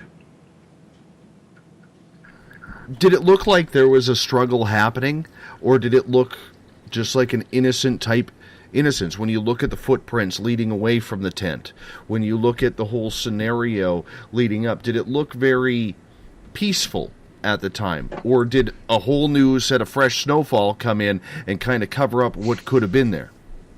Well, there was snowfall, obviously, in that 4 weeks, near enough 4 weeks, there was fresh snowfall. But one of the oddities is they found a Chinese-made flashlight and it was remarked upon that it was lying on top of the tent. And whilst the tent was covered, the tent had collapsed by this point, But what somebody remarked on was that the lamp worked. They picked it up, switched it on, switched it off. But whilst the tent was covered in a layer of snow, apart from the poles that were still standing that the tent was attached to, but there was only a couple of flakes on the actual lamp. So you would have expected that with the snowfall, the lamp would have been covered like the tent, but it wasn't. So that then gives credence to the theory that the whole scene was staged and that somebody had put the lamp down as an afterthought, and that the scene was staged very shortly before the searchers found it. Otherwise, why wasn't the lamp covered in snow? So that's one of the peculiarities of the story. Eric has a question in the Space Out Radio chat room on Spreaker. He is asking, who was the investigator that resigned because he did not approve of the official report? And what was his complaint? Well, the one person in the investigation was Vladimir Korotayev. He didn't resign. The first person assigned to the case was Vasily Tempelov. Now he was replaced. He wasn't. He didn't resign, but he was basically an investigator, a detective, if you like, if to translate it into Western language. He was assigned to the case, but he was just a local from Ivdel, if you like, with no disrespect to small-town cops, but you could view him as a small-town cop. But he was replaced almost immediately by Lev Ivanov. But Lev Ivanov was from Sverdlov, so if you like, a big city cop replacing a small-town cop. But there was another person called Vladimir Korotayev, who was a junior investigator in Ivdel, and he started asking very awkward questions. He was saying, well, a lot of this isn't adding up. It obviously there's something strange going on here. And he was told to, I've seen an interview, he actually died on my first visit there. I don't read anything into that because he wasn't in great health, but he died in July 2012. And he, like I say, he wasn't in the greatest of health. But I watched an interview with him, which was translated for me. And what his superiors said to him was, you shut your mouth and get on with your job and don't ask any more stupid questions. But he was contemptuous of the way the whole thing was done. He spoke of a special commission was formed by some of the local investigators, and they set themselves up in a village called Pershino, not too far from the power.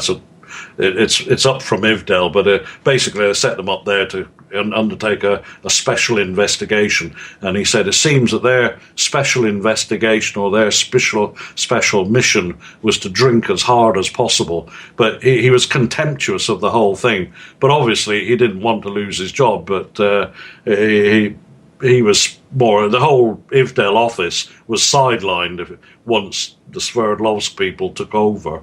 It's almost as if they might start, as Korotayev did, it's almost as if he might start asking very awkward questions and it'll start spreading around. So that they took the more senior investigators, brought them in to take the whole case over. But even they didn't really know what had happened. I think they must have had clues. When you read in my book about the interview with Okishev was second in command of the office, the prosecutor's office in Sverdlovsk, and he alludes to possible tests and the military, but he doesn't actually say it, even though they press him on it in the interview. There's also a saying in Russia, an old saying is better 50 stupid lieutenants rather than one brilliant one. So they don't want people investigating too deeply. So, it was awkward for Okishev because he said in his interview that he had the parents of the people who had died coming to him, crying in his office, calling him a fascist, and he said he just didn't know what to say to them. I want to get to a question on Twitter at hashtag Spaced Out Radio. This one comes from Dennis.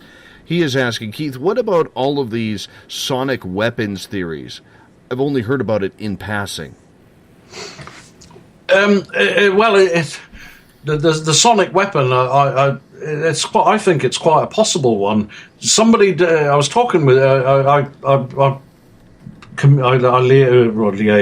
exchange emails almost every day with people contacting me on different theories, and somebody contacted me recently about the sonic weapons. Now that's quite possible because they're still pursuing that now, if you like, the use of sonic weapons, not with the intention to kill necessarily, but to disperse crowds and all the rest of it. So it's quite possible. I mean, that would explain the strange behavior and the deaths if sonic weapons were being tested. But what this person said to me that had contacted me was, well, surely if they were experimenting with new sonic weapons, which would obviously be the military, and this happened in 1959, well, we're well over 50 years later, surely these would have been developed to such an extent that by now we would know about them, because it was like a game of catch-up. The West was always was always ahead of the Soviet Union in a lot of weaponry.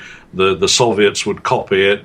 The Soviets were ahead in other areas. The Soviets did a lot of research in biological warfare against the convention they'd signed. So they too were ahead in other areas. But it was a kind of a catch-up. Spies would release information on some kind of weapon system.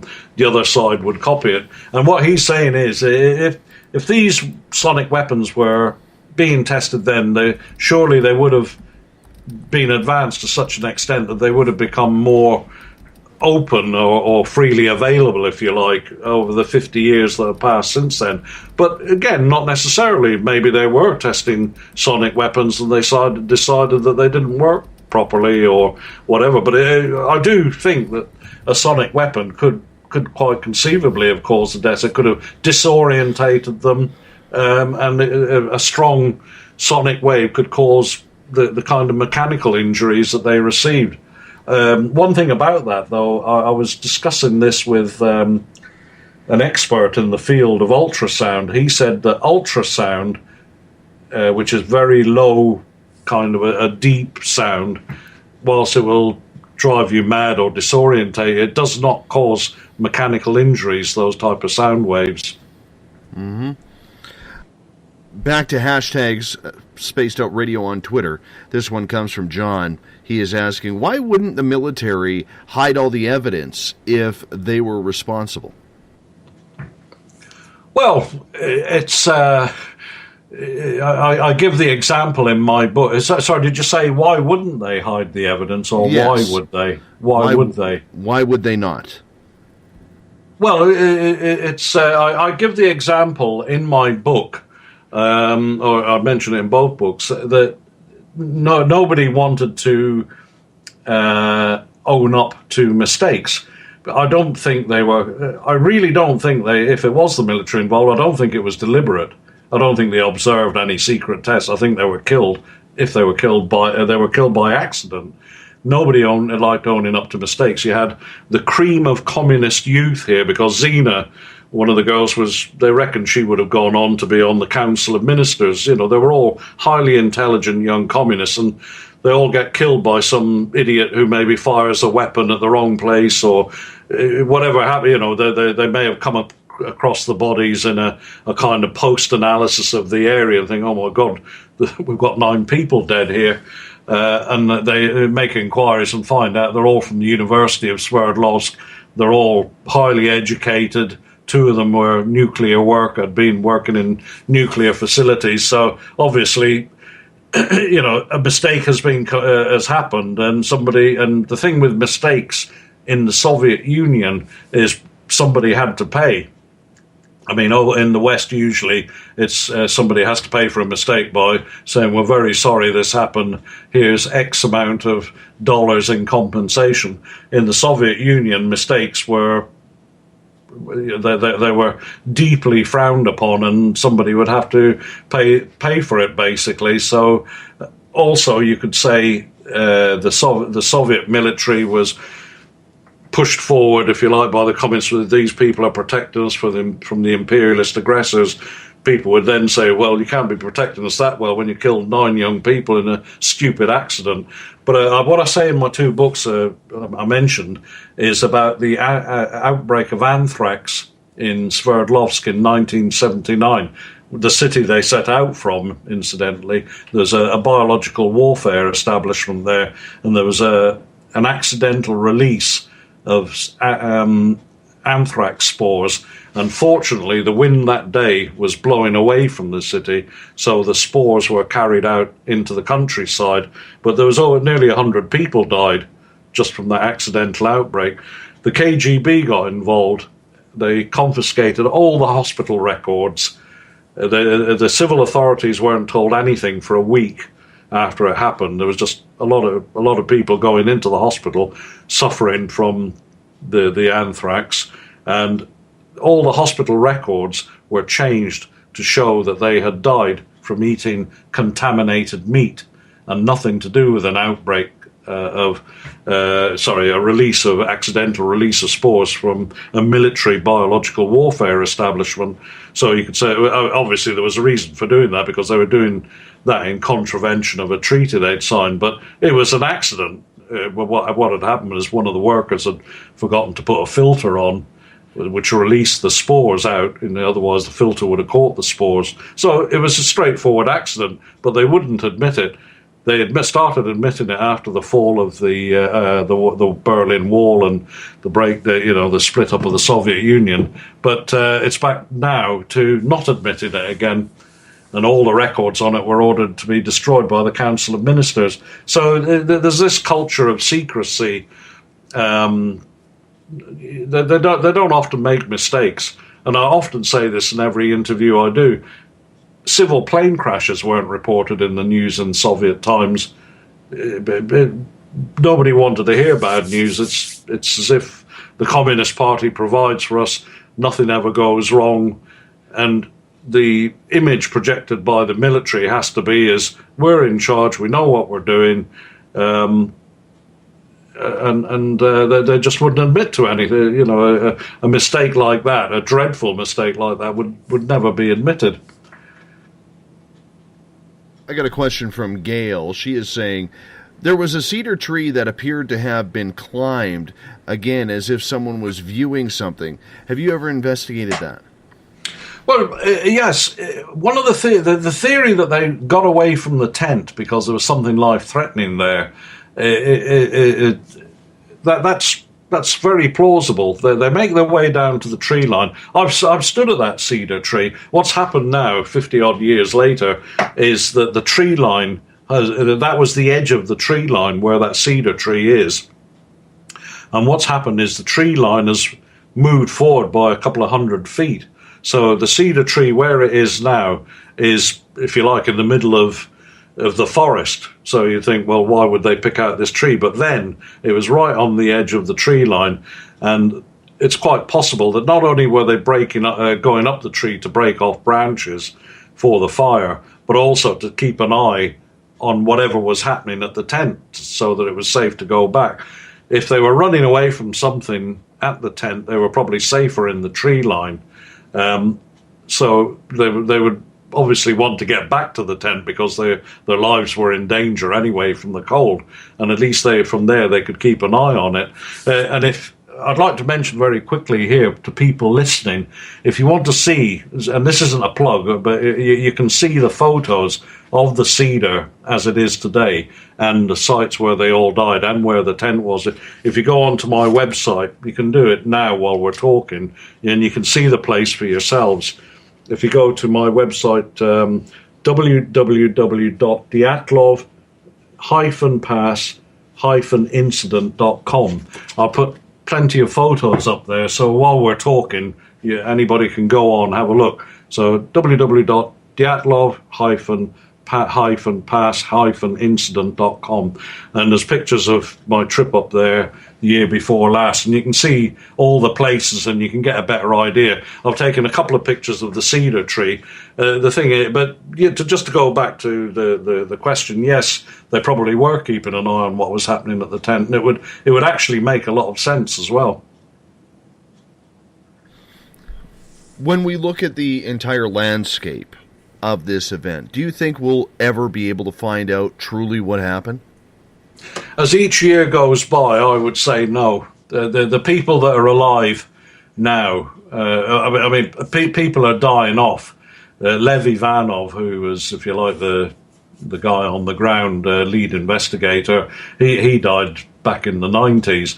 Okishov, he was 93 when he gave his interview 4 years ago. He's still alive, but obviously, quite sadly, I doubt anybody in the 90s is going to live that much longer. He may live a few more years yet, but people are starting to die now. Korotayev, the guy who questioned it all, the Ivdel prosecutors, he died in 2012. So, if you like, the living memory of it is going. And if there were people in the military who were involved, they'll all be old men and women now. So people who remember what happened in 1959 won't be with us a hell of a lot longer, especially the senior ones who would have been older, who would have had more authority, if you like, in the case. Many of them will be dead now. And the other thing is I believe that there is paperwork on it. And I reckon it's in the archives of the FSB, who took over from the KGB. They maintain, every time they've been asked by Russian journalists or anybody,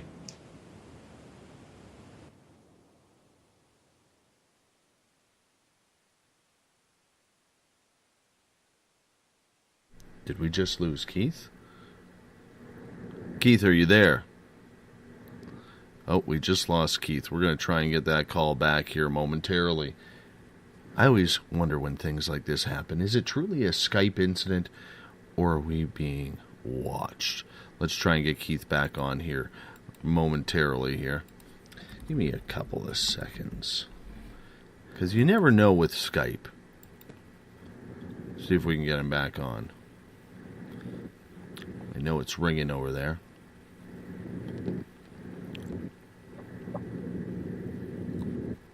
Nope, we are not getting him. Well, that's just interesting. We'll try Keith again.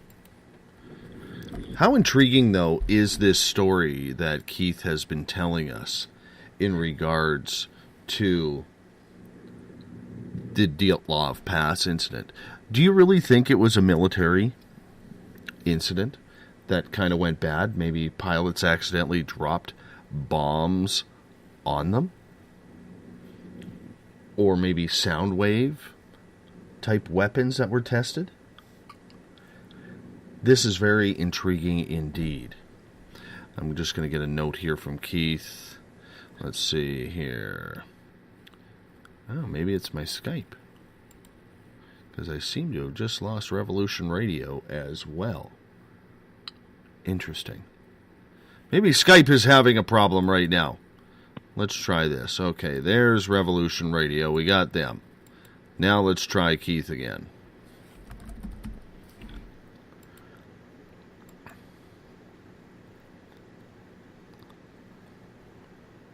We almost need one of those Jeopardy sound.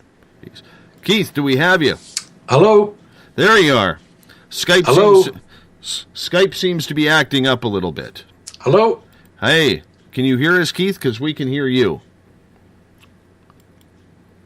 I don't know if Keith can hear us. I really don't. No, he may have hung up. Keith, can you hear us now?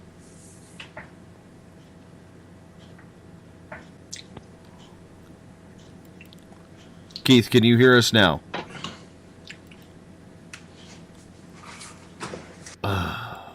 Of all the times I wanted this stuff to happen, it had to be right when... Hello? Hi, Keith. How are you? We got you. Okay, I'm going to hang up here on both studios. Well, the Skype wants me to rate them. How do you rate your overall quality? Well, let's quote that as poor. Yes, send the feedback. Damn you, Skype. Damn you. Okay, we're going to retry this here momentarily. Maybe a new connection is what's needed. Gotta love technology. Okay, Revolution Radio, I know we're back with you now as we try and figure out this Skype issue here. And we're going to try Keith once again here. Hopefully Keith is going to come on in right now. Try and add him to the call. Keith, are you there? He's trying to call me right now. Let's try and call Keith back. Call. You know, we were just getting to the good stuff, too. Hello? Keith, can you hear me now? Yeah. Oh, this darn Skype, man. I don't know what happened there, but isn't it funny we were talking about the KGB and suddenly we got cut off? Yes. You know what? A couple of my audience members actually noticed that. Now, I'm not going to lie. We have had some strange things happen on this show before like that. Yeah. We had a gentleman named James Fetzer, who's a conspiracy theorist, and when he started getting into details of the Boston bombing, he got booted from Skype. Randy Kramer, who claims that he has spent a number of years on Mars as a United States serviceman. This was one of my first shows that I ever did. Well, we got cut off 26 minutes in by what he believes was the NSA. So sometimes the fun stuff does happen. So hopefully they'll let us finish now. Yeah, I hope so too. Anyway, to go back to what I was saying before I was so rudely interrupted. No, I was just going to say that the reason that I believe it's impossible for them not to have been involved, the KGB, is because two of the people in the group had worked in secret nuclear establishments, and they died in strange circumstances. And for them not to have at least looked at the case, I just don't believe it, and neither does anybody else. But unfortunately, getting them, if you like, they rule the roost, so you're not going to get anything out of them. I suggested to my translator when I was over in Russia, could we not just make an appointment and turn up one day and just go and see if there's somebody who will talk to us? And she just laughed at my suggestion. And we were going to the cemetery where two of the group are buried.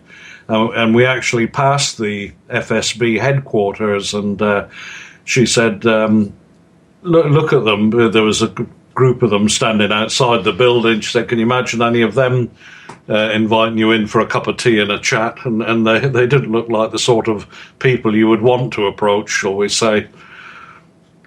So, the idea that they might suddenly one day, look, we've had a change of heart. We have got files on this which point to what happened or actually tell us what happened, and we're going to release them. I don't think that's ever going to happen. In the last hour, you had mentioned in regards to the Mansi people seeing lights in the sky, and you wanted to elaborate on that. Well, yes, I do. It's not just the Mansi that had seen the lights. There were several witnesses as far away as Ivdel had seen the lights. There was also another group of ski tourists on the Chistop Massif, which is a kind of a flat mountainous area to the east. It's about 60 miles away, 50 to 60 miles away from the Dyatlov Pass. They had also seen lights. So many people saw the lights, not just the Mansi.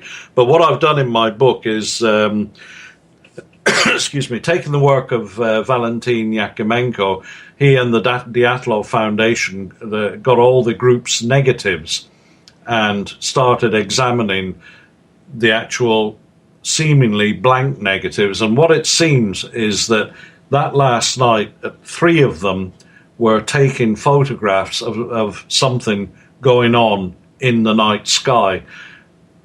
What Yakimenko did and the foundation was to clean up the actual negative, to remove dirt, any flaws, and there were flaws in the negatives, but to try and remove anything that was actually damaged or dirt, and then examine them under a powerful microscope. And the results of that are both on my website, the Dyatlov website, and in my book. And it seems like something was in the night sky over a period of 2 to 2.5 minutes, because Zolotarev had taken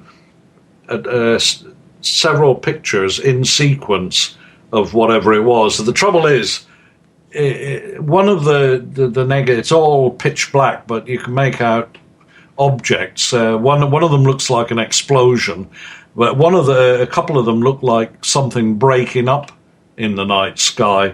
And I've put a picture of a drone in my book that it could resemble, as if a drone had been sent up and was fired on by missiles to try and bring it down. There's other things in the negatives that you can't really identify. What Yakimenko did was to give each one of them a name. One of them resembles a kind of a net. So it might be worth your while, your listeners, having a look at them, the negatives, and see what they come up with. But some people have said, oh, it's quite obvious that this was just damage to the negatives, but I don't think they are.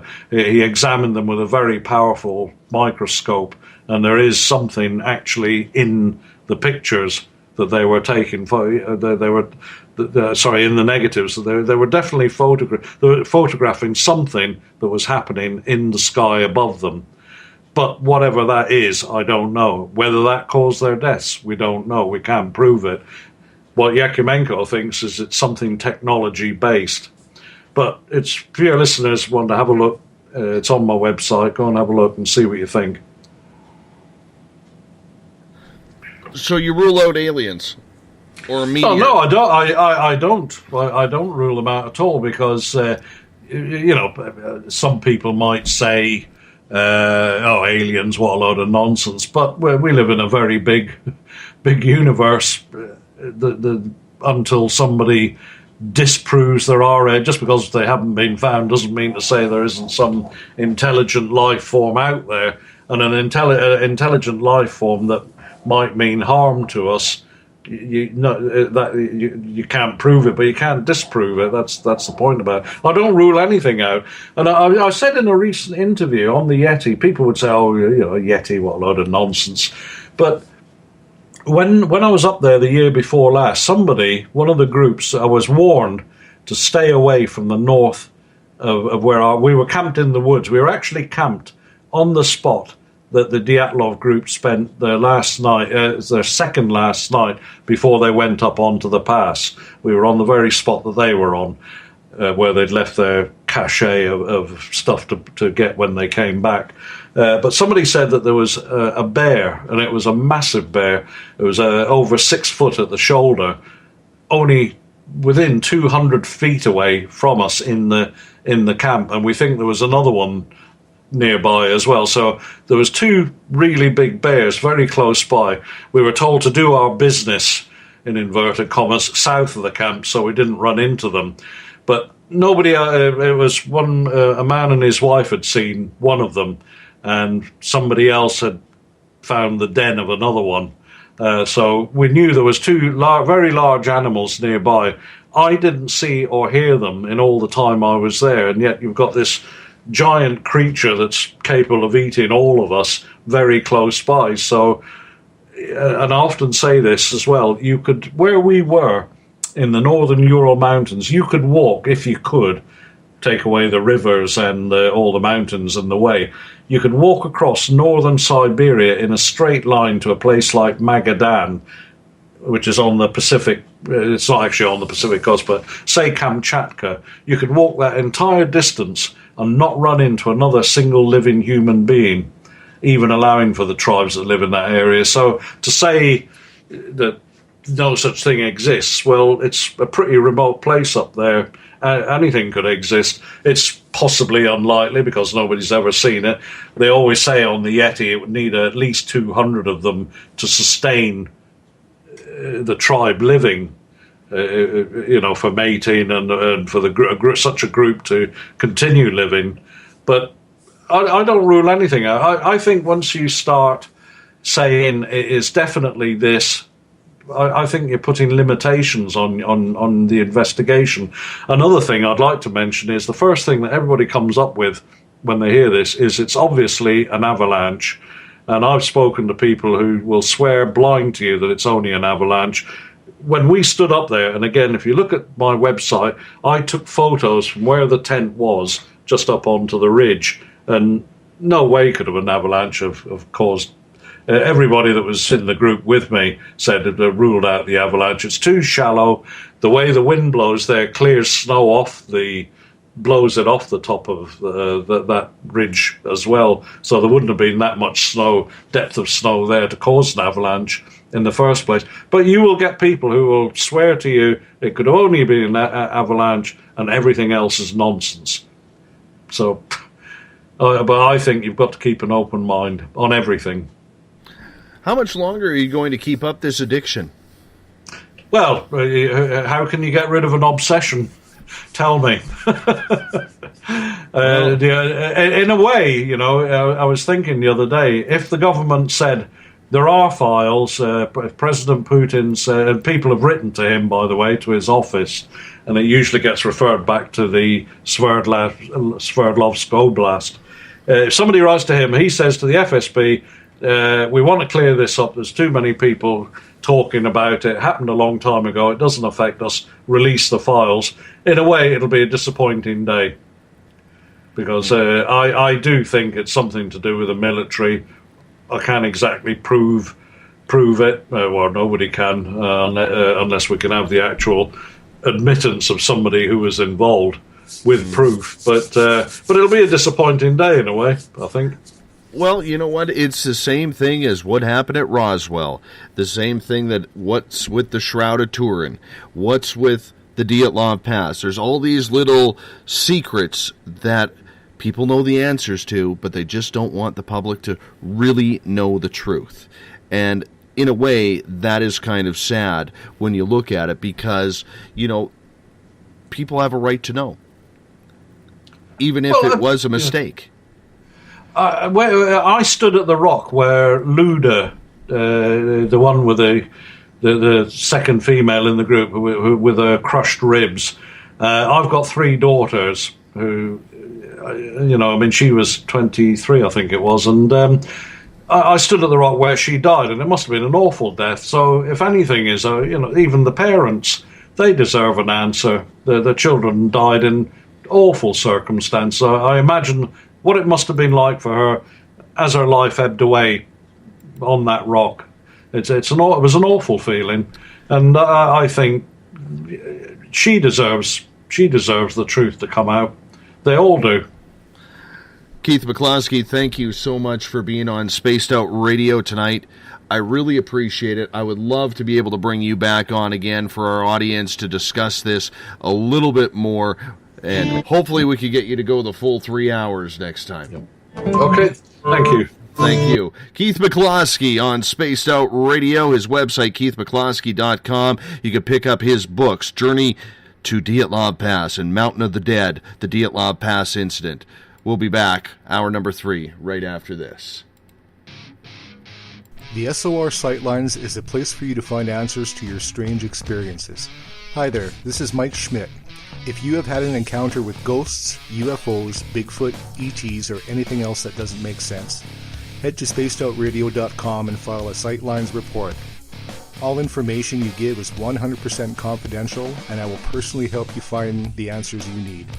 SOR Sightlines, your answers are a click away. Have you got your Cosmic Passport? If you need one, tune in to Cosmic Passport on Spaced Out Weekend. This is Elizabeth Anglin, ET experiencer, spirit medium, and host of Cosmic Passport.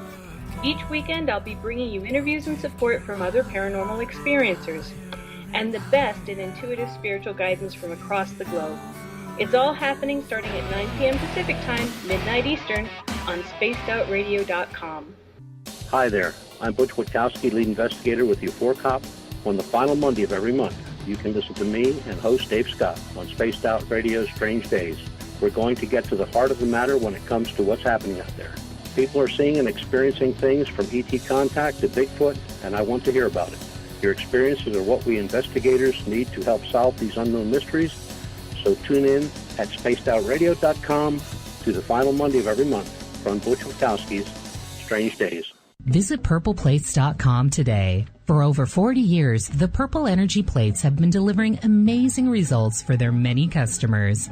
Inspired by the great genius Nikola Tesla, the harmony, healing, and energetic effects of the plates have proven over and over to be beneficial and often miraculous to thousands of customers. With their money-back guarantee and the many benefits, how can you afford not to get one? Check their site for daily specials and choose from their many energy products. You won't be sorry. Visit them today at purpleplates.com for mind, body, and spirit, and expect a miracle. This is your medium, Joanna, from Spaced Out Weekend, 2 mediums and a large. I would love it if you would come and join us with host James Tyson every other Sunday on Spaced Out Weekend. Together, we will take your calls and your questions live. Our goal is to provide you with a positive outlook on deep questions that you may have. Questions regarding love, relationships, money, or whatever else is on your mind. Come and check us out at spacedoutradio.com. Have you checked out the SOR Spacewire at spacedoutradio.com yet?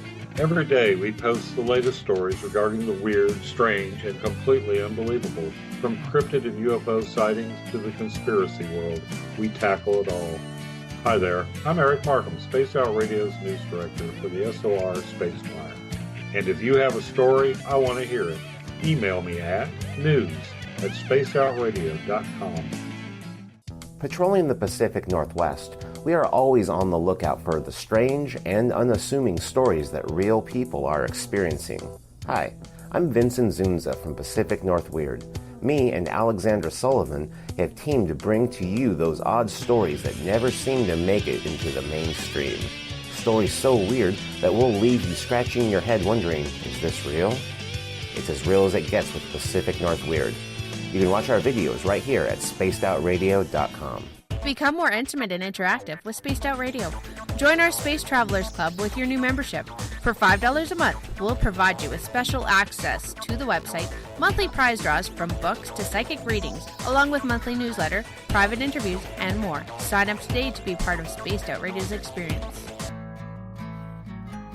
Looking for a place to advertise at a very reasonable cost?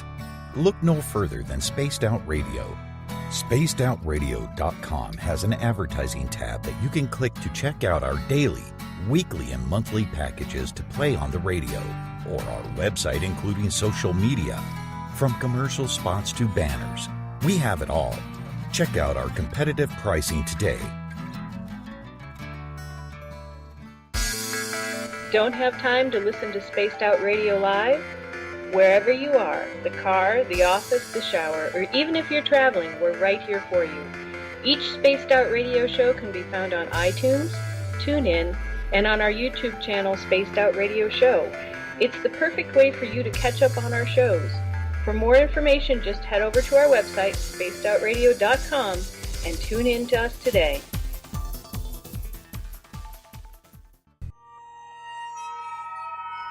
You hear footsteps in the empty room above you. A rocking chair begins rocking by itself. Don't be afraid of the things that go bump in the night. Reach for Spirit Storybox, the iPhone app the Huffington Post UK called the only ghost hunting app you will ever need. Spirit Storybox. The spirits are telling their stories. Are you listening? Strange creatures lurking in the night, the sounds of wood knocking in the forest, odd happenings right out of a fictional world. These are the reports I love. Hi there, this is author Ronald Murphy, and I would love it if you join me and Spaced Out Radio host Dave Scott the second Wednesday of every month on our journey into the unknown land of cryptozoology at spacedoutradio.com.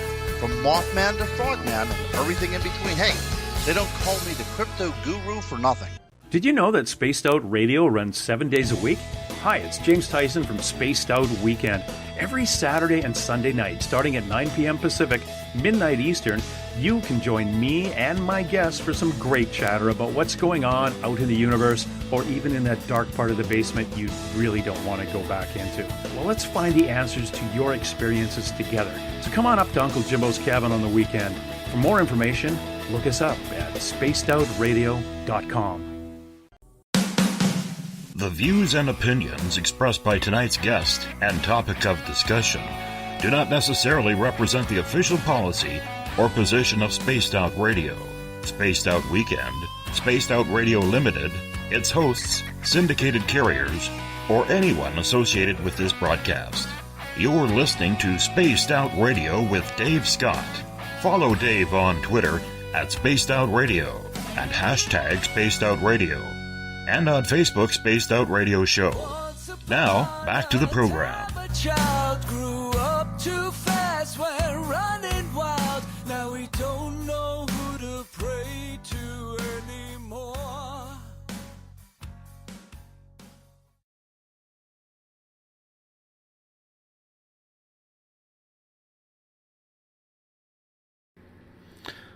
Welcome back to the final hour of Space Out Radio tonight. I am your host, Dave Scott. Good to have you all along for the ride tonight. We muchly appreciate you tuning in for the first 2 hours where we had author Keith McCloskey on talking about the Dyatlov Pass. Tomorrow night on the show, Jason Martell is going to join us. We are going to be talking about everything from UFOs to aliens, ancient aliens. It's going to be a good time indeed, starting at 9 p.m. Pacific, midnight Eastern time tomorrow night. We want to thank everyone listening in on Revolution Radio. The Double R Machine is a donation station financed by you, the valued listener. Head on over to freedomslips.com and donate today. Welcome in everyone listening in on Renegade Talk Radio. Yes, we are live in Sin City. Gotta love Las Vegas. We love being a part of it there. And if you're listening in on the United Public Radio Network, live on 107.7 FM in New Orleans and over 160 countries around the world, good to have you along for the ride as well. Thank you so much for being there. Bill Cardwell has set the password for tonight in the SOR Space Travelers Club. Arachnoiditis. Arachnoiditis is your password. Use it wisely. Apparently it has nothing to do with spiders. I got that slapped in my face by Bill in the SOR Space Travelers Club. Thank you, Bill. But that is your password, arachnoiditis. Make sure you use it wisely, Space Travelers. Now, we bring in Triple E, Everett Thiemer, Eric Cooper, Eric Markham on the Spaced Out Radio. They team up with me for the third hour when guests can only stay for the first two. They are my team of very knowledgeable gentlemen. Welcome back, guys. Hello, Dave. Hi, everybody. Good to be here. Love Dyatlov Pass. Love that topic. Me too. Yeah, it's one of my favorites. You know what? And to have Keith on here, and you know, I honestly believe, I think he is the most competent voice of this topic out there. I really do. Not just because he did this show. I've investigated a lot of people and a lot of theories on this, but this is a guy who's traveled there a couple of times. He's been to the scene. He's camped exactly where the camp was found. I mean, he's been there and done it. I mean, we all talk about wanting to do really good research, Everett, on topics, but he nailed it on this one. Oh, exactly. He's gone far beyond what the typical researcher would do. I mean, he's so into it too, and that it's really cool to listen to him. It really is. You know, it really is. And I think, Eric Markham, that he has a special degree of interest in this. He's made it a lifelong passion, even though he's pretty much resolved to the fact that he will probably never, ever find out what truly happened up there. That still takes a lot of guts, even though you know the ending, but you still want to research it. Oh yeah, I like his approach. Probably because I've always kind of figured it was a military exercise gone wrong. Like I was saying in the chat room, in my own personal experience, we used to do the biology department where I went to college. We did research on Fort Campbell, Kentucky, which is the home of the 101st Airborne, and there's some. They have live fire exercises all the time. we had to stop at the gunnery range, tell them where we would be, and they'd clear us. Well, we had a shell go probably 200 yards from us in an area they weren't supposed to be firing. So even though those kids had their passes, if you look at how the basic attitude in the 50s, the USSR was, as long as they, pretend to pay us, we'll pretend to work. Some minor functionary probably tossed the communique, or, wasn't doing his job. They did a bomb pass or something in that area because there was no communication. So I find the guest explanation more plausible than just about anything else. Here's what I don't get, though. I mean, and I can get on board with the training exercise gone wrong, because, again, even in the U.S. military, if it's a training exercise gone wrong, they hush it up. You know that. Yeah. But you've got missing body parts. That's what intrigues me the most. Well, you also have the kind of parts that scavengers are going to go for first. The soft parts. Eating a tongue or popping the eyeballs out, that's bird. That could be bird, fox. They have enough animals up there. I've always thought that the external missing organs were probably from predation. Because they were out there a while before they got found. I mean, they had a chance to be gnawed on, and, they're in an area where there's not a lot of food, so, a wolf comes across the body laying in a creek. Hey, dinner time. But doesn't that alone work against that? There isn't a lot of food there, so you wouldn't really find a partially gnawed body. You would find half a body gone and eaten, not just not to mention, not all of them were gnawed on. Only, I think, out of 5 of them, only 2 of them actually had missing body parts. They were the same kind of body parts, and I understand the soft tissue argument, but it reminds me eerily, and it actually raises the hair on the back of my neck up, because it's the same body parts that are missing as the cattle mutilations. Minus, I don't remember anything about, because I researched this case as well for the Paracon UFO presentation I did, which is another reason that it intrigues me so much. But I don't remember anything about, the laser cuts, like with cattle mutilations, just particular body parts missing. Now, the thing, if it was a bomb, that would explain also crushed ribs. But why were, if I remember right, the tents were ripped out from the inside. Whatever terrified them, they actually ripped out of the tent. That's not an avalanche either. I mean, I agree with them. That's not, they try to throw avalanche in that. That's not an avalanche by any means. No, but if you had some Russian Bear bombers going across the sky, treetop level, dropping practice rounds, you would crap and get. I mean, you wouldn't take the time to, keeping in mind that was a button-up, if I'm not mistaken, that was a button-up tent, kind of like the early shelter halves the Army used. So you're in a hurry. You're slashing. You're cutting your way out. But then if it's bombers, doesn't it make more sense, instead of running to the tree line, running out to the middle of the field and being visible? Not if that's where the bombs are landing. I have a hard time. Or if you're afraid that the bombs are going to land there, I think you would run toward. You'd run toward the woods. I know personally I think I would run to the woods trying to get something between me and whatever was dropping out of those bombers. But here's my argument. You would hear them coming. You would have had more time. If it was bombers, you would have had enough time to get away. If you heard the bombers coming, you know how loud planes are. Mm-hmm. But what if there was a windstorm? And I say that from being up in my area where I live on the top of the mountains here in British Columbia, Eric. When it gets windy, it gets loud, and you're not hearing anything that's flying over. Well, even then, maybe just hearing the bombers wasn't enough. It wasn't until the aircraft started dropping their dummy loads or whatever whatever they were dropping in the area, I would think, everything was good to go. It wouldn't have been that alarming, I don't think, until you get things falling out of the bombers. They're just flying over in a formation, big deal, and then next thing you know, there's some airbursts going off, and I don't know.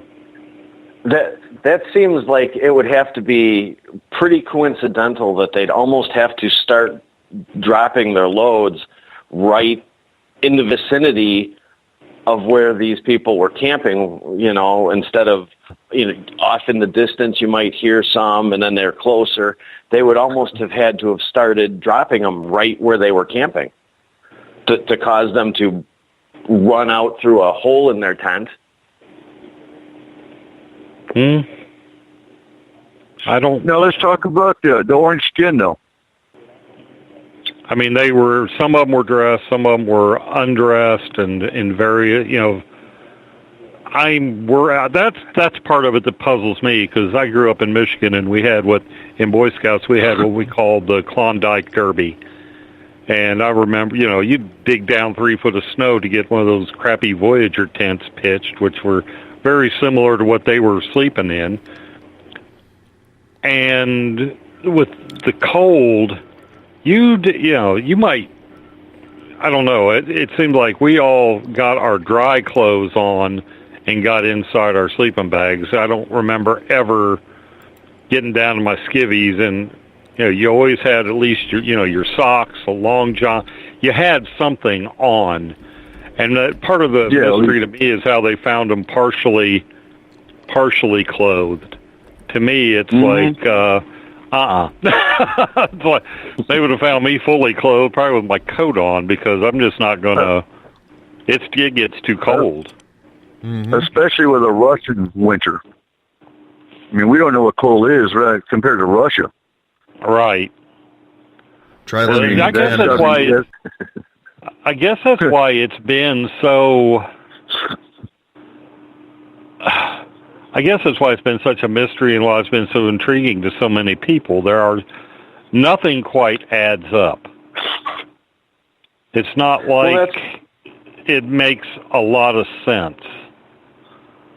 Any way you slice it, there's something, whether it was covered up, a military accident that, a military involvement that went wrong, whatever. It just seems like the evidence is spotty about things. I don't think we'll ever know the real answers, because it's all been, it's been hidden for 50 years now, so over 50 years. So I don't think we're ever going to come up with, this is definitively what happened. But I think the guest he had the most plausible way of explaining what happened to those people. Very plausible, Eric, but he also stated at this point, 50-some years later, almost 60 years later, he still could not prove if it truly was a government incident, whether it was accidental or not. And like he said a couple of times on the show, he's not ruling out maybe a Yeti. He isn't ruling out alien interaction. Nobody knows. That's how tight-lipped everybody is on this topic. Whatever. That points to a cover-up right there. Yeah. Everett, one sec, guys, one at a time. Everett? Whatever happened to that alleged picture of a Yeti or Bigfoot standing kind of off to the side of a tree in the shadows that they said they had recovered from one of their cameras? I have seen that. To me, it looks like a guy in winter gear. I mean, it doesn't look like a Yeti. To me, it looks like somebody that's in dark winter gear with one of those old style, almost looks like the military balaclava hat that they used to wear that had the kind of a button on top. Still got one. So to me, I've seen that picture, and it looks like a guy in his winter, like an army guy in his winter dress uniform, or extreme cold weather gear is what I'm trying to say. I never bought it as a Yeti or Bigfoot, but it did seem to have some sort of bipedal characteristics to it, so to speak. Yeah, and here you've got a picture, the last picture where they're all found in skivvies pretty much, and you got one guy fully clothed. Yeah, there's weird. I mean, yeah, and we can't impugn the character of the people, the dead, but who knows what they were getting up to just before whatever happened. Maybe they were in the middle of getting into their night clothes, the things they were going to wear to stay warm, when whatever spooked them scared them so bad, they bailed out of the tent. I guess that could explain the various kinds of, the undress. I mean, if you're getting ready to put your long johns on, get into your sleeping bag, and then whatever happened, and you panicked. And that was a co-ed. There you go. You're out in the tundra with your underwear on. Right.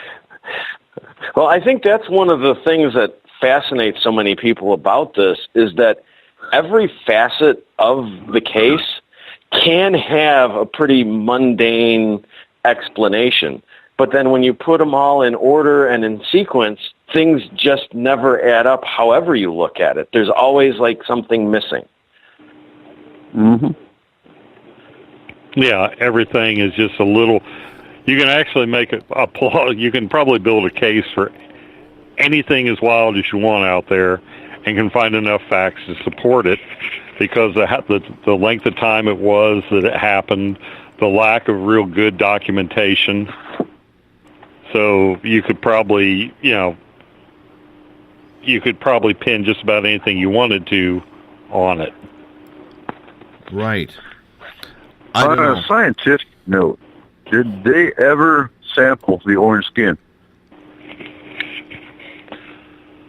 Oh, that could just be...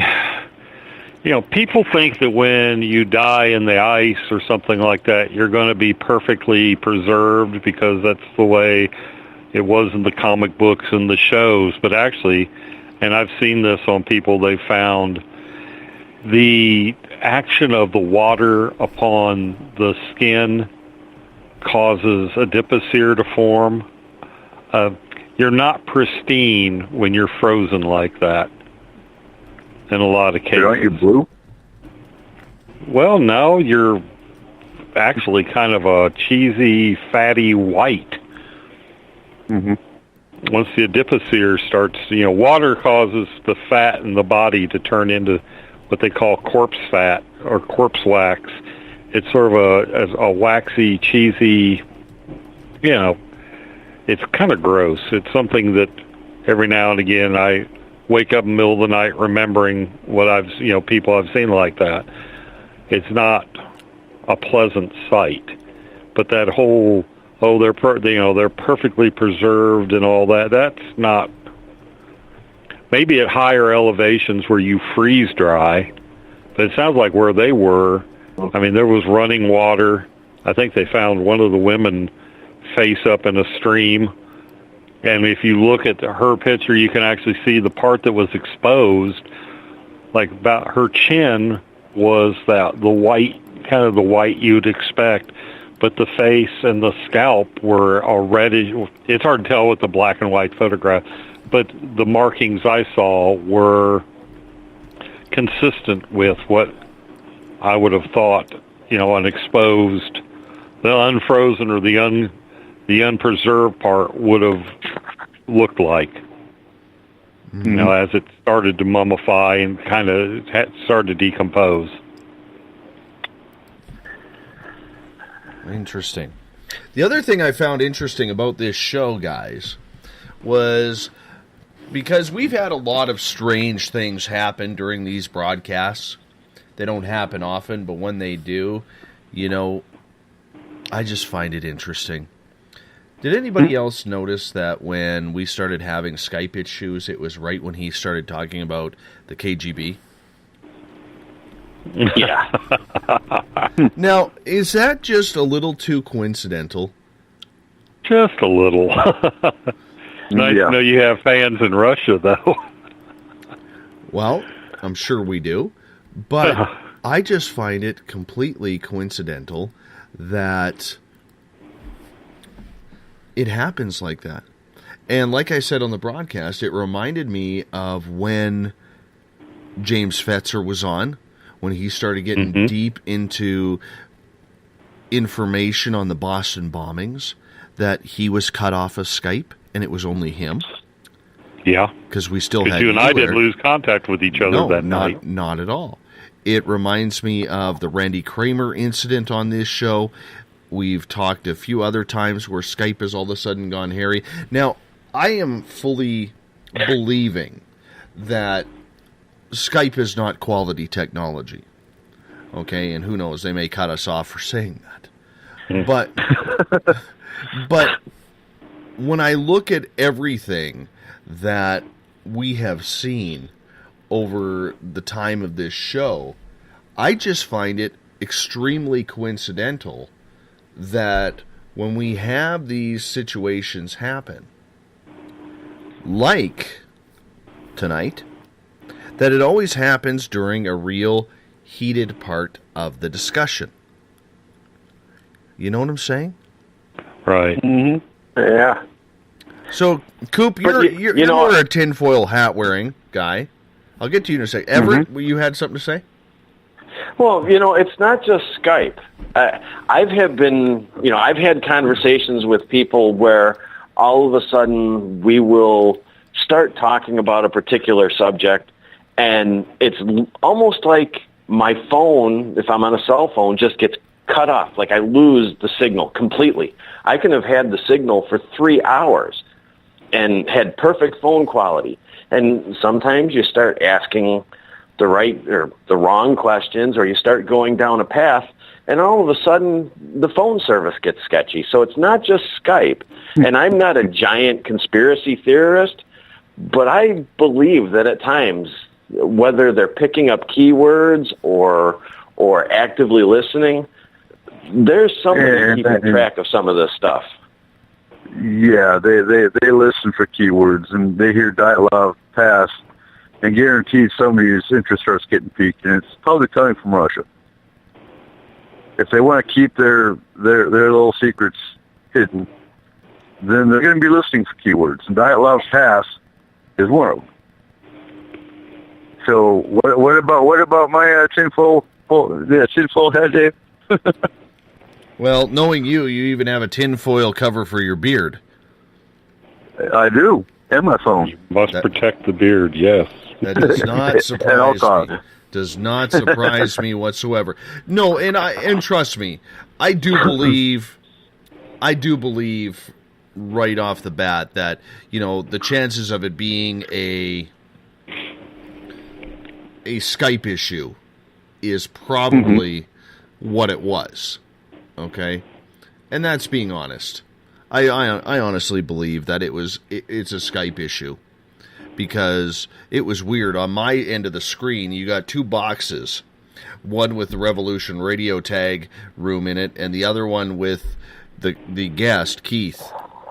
And Keith would go off, and then Keith would seem to come back, and that's where you would hear him say, hello, hello, but then Revolution radio would go off, and then Keith would go off, and then it was kind of switching back and forth, and I actually hung up on both of them, but it reconnected to both of them, where you still heard Keith saying, hello, hello, and I'm like, we can hear you, obviously you can't hear me, but it was interesting. So finally I was able to hang up the whole thing and then call each of them back, and we were able to connect right from there. So, do I think this show is being listened to or whatever? Probably. All programming like this is. Mm-hmm. Are they affecting it? I have no idea, Markham. Well, yeah, it's kind of funny, though. If it happens more than twice, I don't think it's a coincidence, Dave. I mean, we had it happen with Fetzer. We've had it happen with other guests. It's like a crucial moment in the conversation. It's almost like some smart aleck is like, hey, they're getting deep. Watch this. Here's the problem with that, though. If they didn't want attention drawn to it, they should leave it alone. Because the more they sit there, they don't care, no. But the more they start messing with your broadcast, the more you go, yep, we're on to something. I mean, and all your listeners are doing the same thing. Oh, did you catch that? Yeah, they must be getting to the truth. I mean, you know. I don't know if they give it that much. I just feel like if it's somebody that's actually listening, it's more of a, it's got to be boring monitoring all that crap, and it's just like, hey, let's spice up the shift. Let's screw with, right. It might be Space Out Radio tonight. It might be one of the other shows tomorrow night. I mean, it's just probably just, just some kind of. How much of it could be, not that they're trying to eliminate or hide or dissuade people from having the conversations, but just to get them to move along in the sense of, if I'm talking to somebody and I ask a question and we go through all that rigmarole of, getting disconnected and then we reconnect, and pretty soon everybody's thoughts are kind of off in a different place, and we've kind of moved on and maybe skipped over the topic or the question that we were originally talking about. How much of it could be just to kind of do something like that and keep people from really getting answers. And keep in mind, I am not a conspiracy theorist. You have the beard of one. Yeah, I know. I don't know. I kind of just feel, you're looking at, I know Coop's done it too. You stand these long 4 to 8 hour watches with nothing to do, and it's like, let's do something to break the monotony. I can tell you one thing, do not answer the phone in aft IC on the Nimitz is Kelly's morgue, you stab them, we slab them. That is funny. Especially when it's the chief engineer calling down. It's like, oops, sorry, sir. But, just some pranks like that. And it may be like Everett saying, they're under advisement, hey, there's certain topics that if they get too involved in it, break it up a little bit, distract. But well, you never know. It might be something where maybe we touch on something they don't want to hear. Maybe a guest does. Yeah. I could see that with James Fetzer for sure. I like the sarcasm of Eric D at hashtag Spaced Out Radio. Yes, they have 10,000 NSA guys listening to every radio show every day. Geez, guys, really? LOL. No, but they do have computers that listen. And I had a guest on here who is former NSA who told me, off the record, they do listen to shows like this. Now, it's not them personally. But no, I guess what we should say is they're being monitored. A few keywords. Yeah, they're looking for keywords, right? And really, it wouldn't be, I don't think, that difficult if they hear a series of keywords to just program in to disrupt the signal for 30 seconds or, make reconnection difficult. It's actually probably a lot more simple than we even think it is. Well, even in basic machine language, that would be a easy thing to program. Well, which is about as far back as mine goes. A couple of listeners did point this out, and I agree with them. And Eric brings it up again at hashtag Spaced Out Radio, so I'm going to give this one to Eric. He says, as you pointed out, after the interruption, they always come back and say what they were going to say anyway. So BS, I think, 99% of the time. And you could be very well right, Eric. But it is coincidental, and that's Eric D at hashtag Spaced Out Radio. And I agree with you. You totally could be 100% or 99% in this case right, because that's what you put on there. But if you've listened to this show long enough, and you being a newer listener, this isn't the first time something that is like that has happened. And yes, they do come back on and say it. But when we had James Fetzer on, this is probably the last time it happened, when we had James Fetzer on talking about the Boston bombings, his computer actually shut down right in front of him. It went completely dead, like someone just turned it off. And there's someone who deals with this conspiracy side every day. Whether you love him or hate him, he's a very brilliant man. And, excuse me, I'm going to cough here. And when his computer went dead, right in the middle of that point where he was making about the Boston bombings, and then we had to get him back on his cell phone, even he said, I must have touched a nerve, because that was like the second or third time where they had shut down his computer, and yes, they were different computers. Could it be a computer malfunction? Of course it could. Okay? And no, skeptic, we aren't being paranoid here. So. And it is kind of funny, though, that very same night you had your first UFO sighting in quite a while, interaction. That was true. That happened during the post-show call between you and I. Yes. So that's... Okay. I could take offense to Eric's next comment, which was, yes, we've seen this on Art Bell's shows before. We don't play copycat. No. We don't play copycat here. And if it did, it happened. If we did, it happened more often. Because there's been plenty of times where it would have been dramatically effective to have done something like that, and we don't do it. Well, then let's just chalk this up to a series of interesting occurrences and just see what happens the next time. Exactly. Yeah. Exactly. Well, Eric's come back and said, I think it could be 1 to 5% of the time. And you know what, Eric? I agree with you. I totally agree with you on that. So, like I said, I really don't know what it is, and like I said, if I'm leaning towards anything, I am leaning towards it being a Skype issue. I'm not, I've taken my tinfoil hat off, so that way you guys don't think I'm being paranoid or anything like that. But, Well, I mean, crazy crap happens every day. Just like the other day, I had my Bluetooth headset for my cell phone in my ear. I don't know how, but I knocked it out of my ear, and it bounced once and landed in my coffee cup perfectly. $80 Bluetooth has weird crap happens. I mean, that's just, and it could just be because we're on every night, 5 days a week with this show and the weekend show. The odds are that crazy crap is going to happen more often because we are on.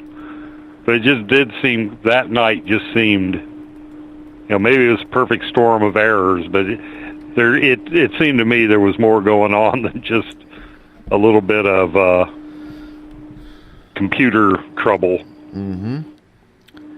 Marcus says at hashtag Spaced Out Radio, maybe critters have invested and inflamed Dave's Skype interweb tubes. Arachnoiditis. Arachnoiditis. He hashtags. So even Bill Cardwell's getting in on the arachnoiditis on Twitter. Thank you, Marcus, for that. I do have a question from KJ, who's staying up late in Florida, way past her bedtime tonight. She is asking, Dave, do you think that your listeners who haven't had an ET experience over time would have one based on the fact that they are connected to the show and your guests? Now, that's an intriguing question. Coop, I'll let you answer that before I get to mine. Yes and no. It can happen.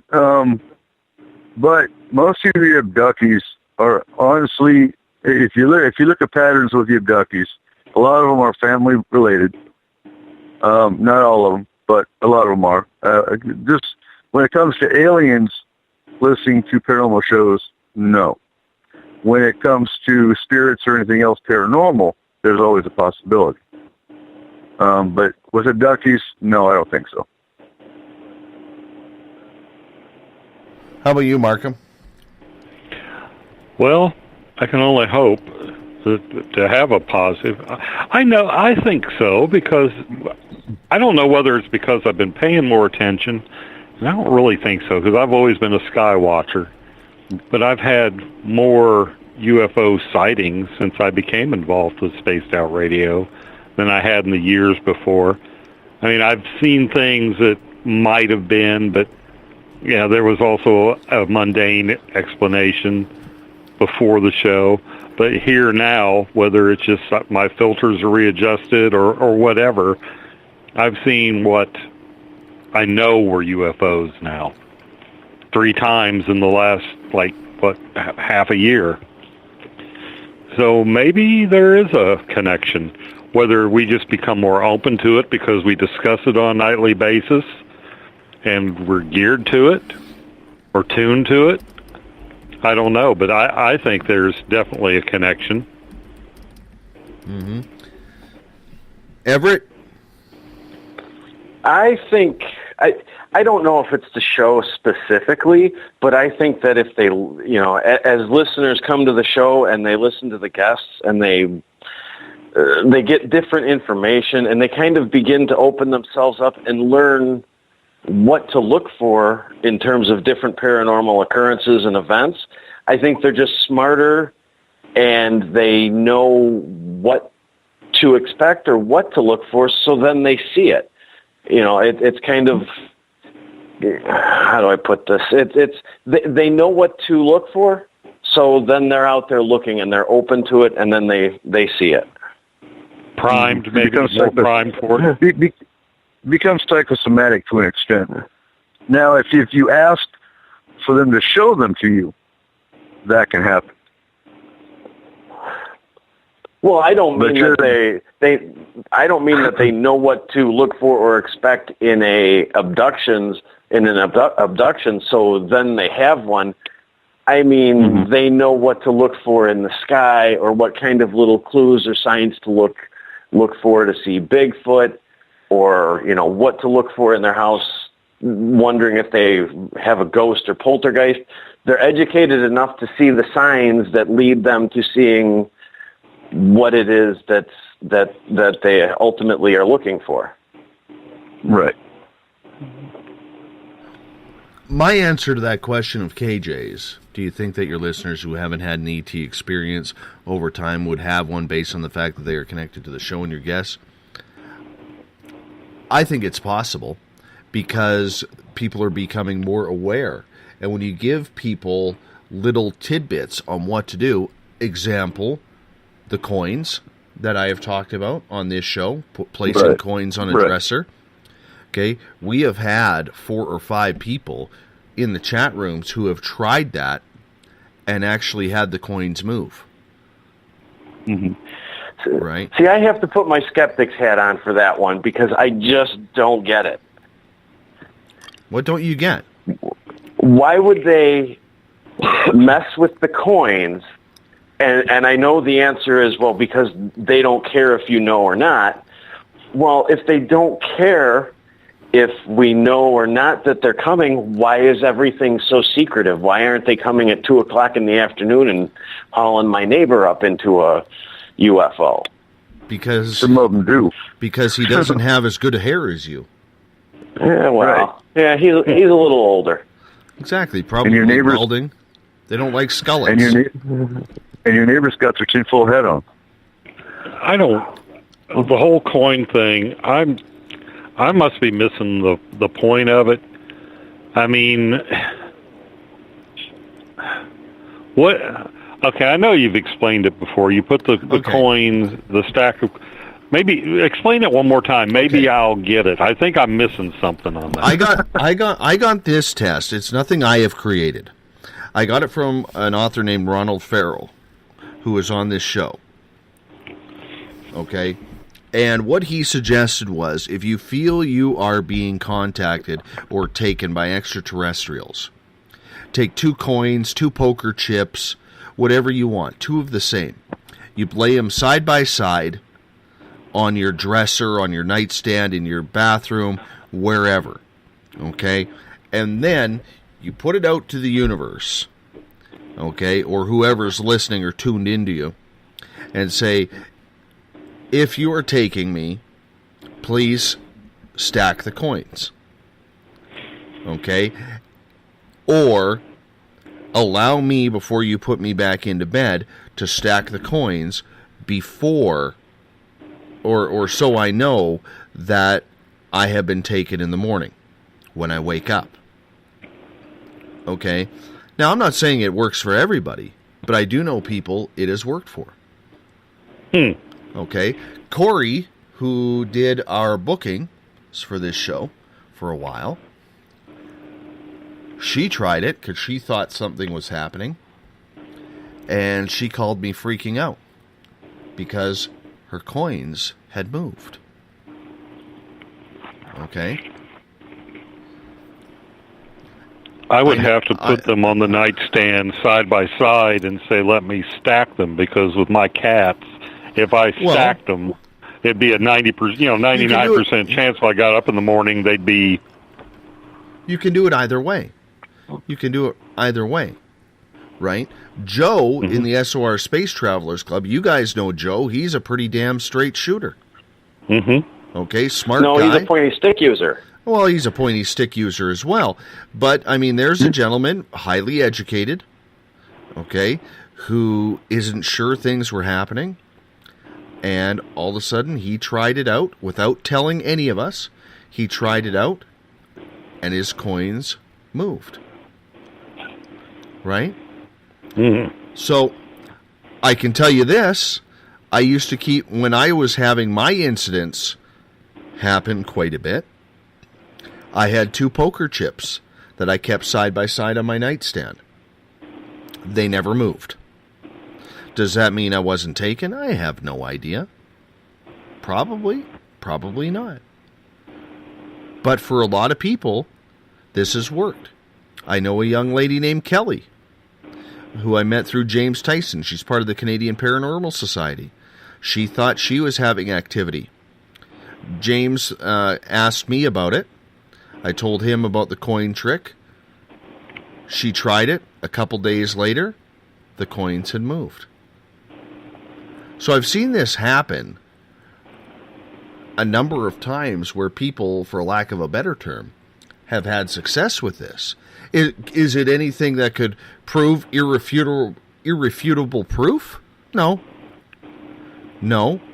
But for the people who are having these experiences, who try it out, they strongly believe that it's working for them. Now, who knows? They could be sleepwalking and just do it. Or maybe they are craving attention and say, yeah, the coins moved, because there's always those people out there too. But I think the people who are trying it and have tried it and have seen the coins change, I think it's something that is completely plausible. I'd be interested if somebody did this and put a camera on those overnight. So would I. Okay.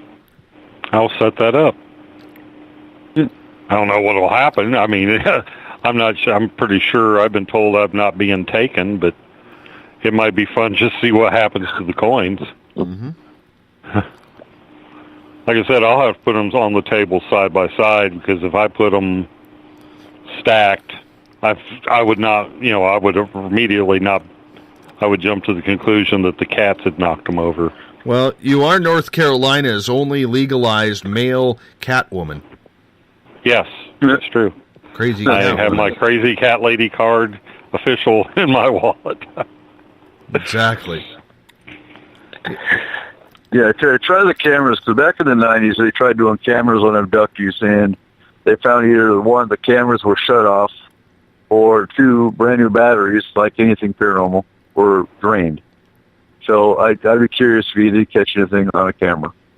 I might just, I can put mine. They're so small now that it's kind of easy to hide one. I can put it behind the headboard, plug it into the wall. That way the battery's not an issue. There you and go. It's a hard drive camera, so it can run for hours. So I've always been kind of curious, but then again, maybe I don't want to know what goes on when I'm asleep. Yes. All you need to figure out is if these little grays are taking selfies with you while you're sawing logs. That's who's putting the magic marker messages on my forehead. Exactly. UFO slut. Exactly. What are all these weird symbols that are on my head? Either way. Yeah, that's what we need. An alien's Instagram account. Mm-hmm. Oh, I'm sure there's already thousands of them. Yeah, I bet. Or alien tic-tac-toe on your forehead. Mm-hmm. Could be. And we saw their symbols. We got about 10 minutes left with you guys tonight. Forehead crop circles. Mm-hmm. I'm curious. Oh, here's Joe. And Joe says, 3 stacked quarters. They were spread once the same day my game cameras stopped working. He's got owls. Mm-hmm. He's got alien activity as it is. If there was a camera pointed at those and that camera stopped moving or stopped working and then those coins moved, that would interest me a little bit. I just can't get behind why aliens would do that.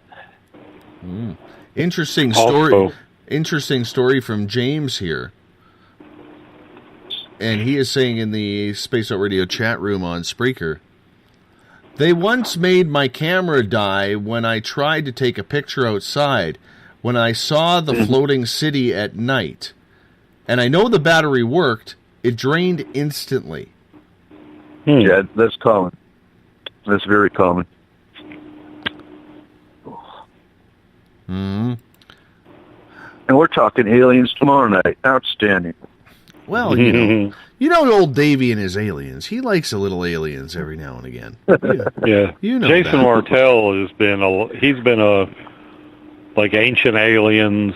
He's been on some fairly, decent series, things that are still running.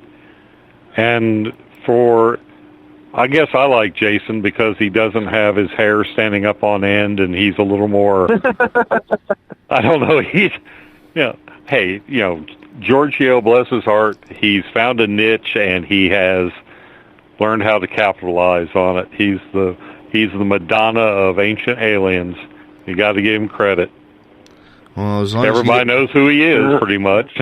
As long as he doesn't go to the women or the alien march on Washington, and start talking about blowing up the White House, he'll be okay. Right.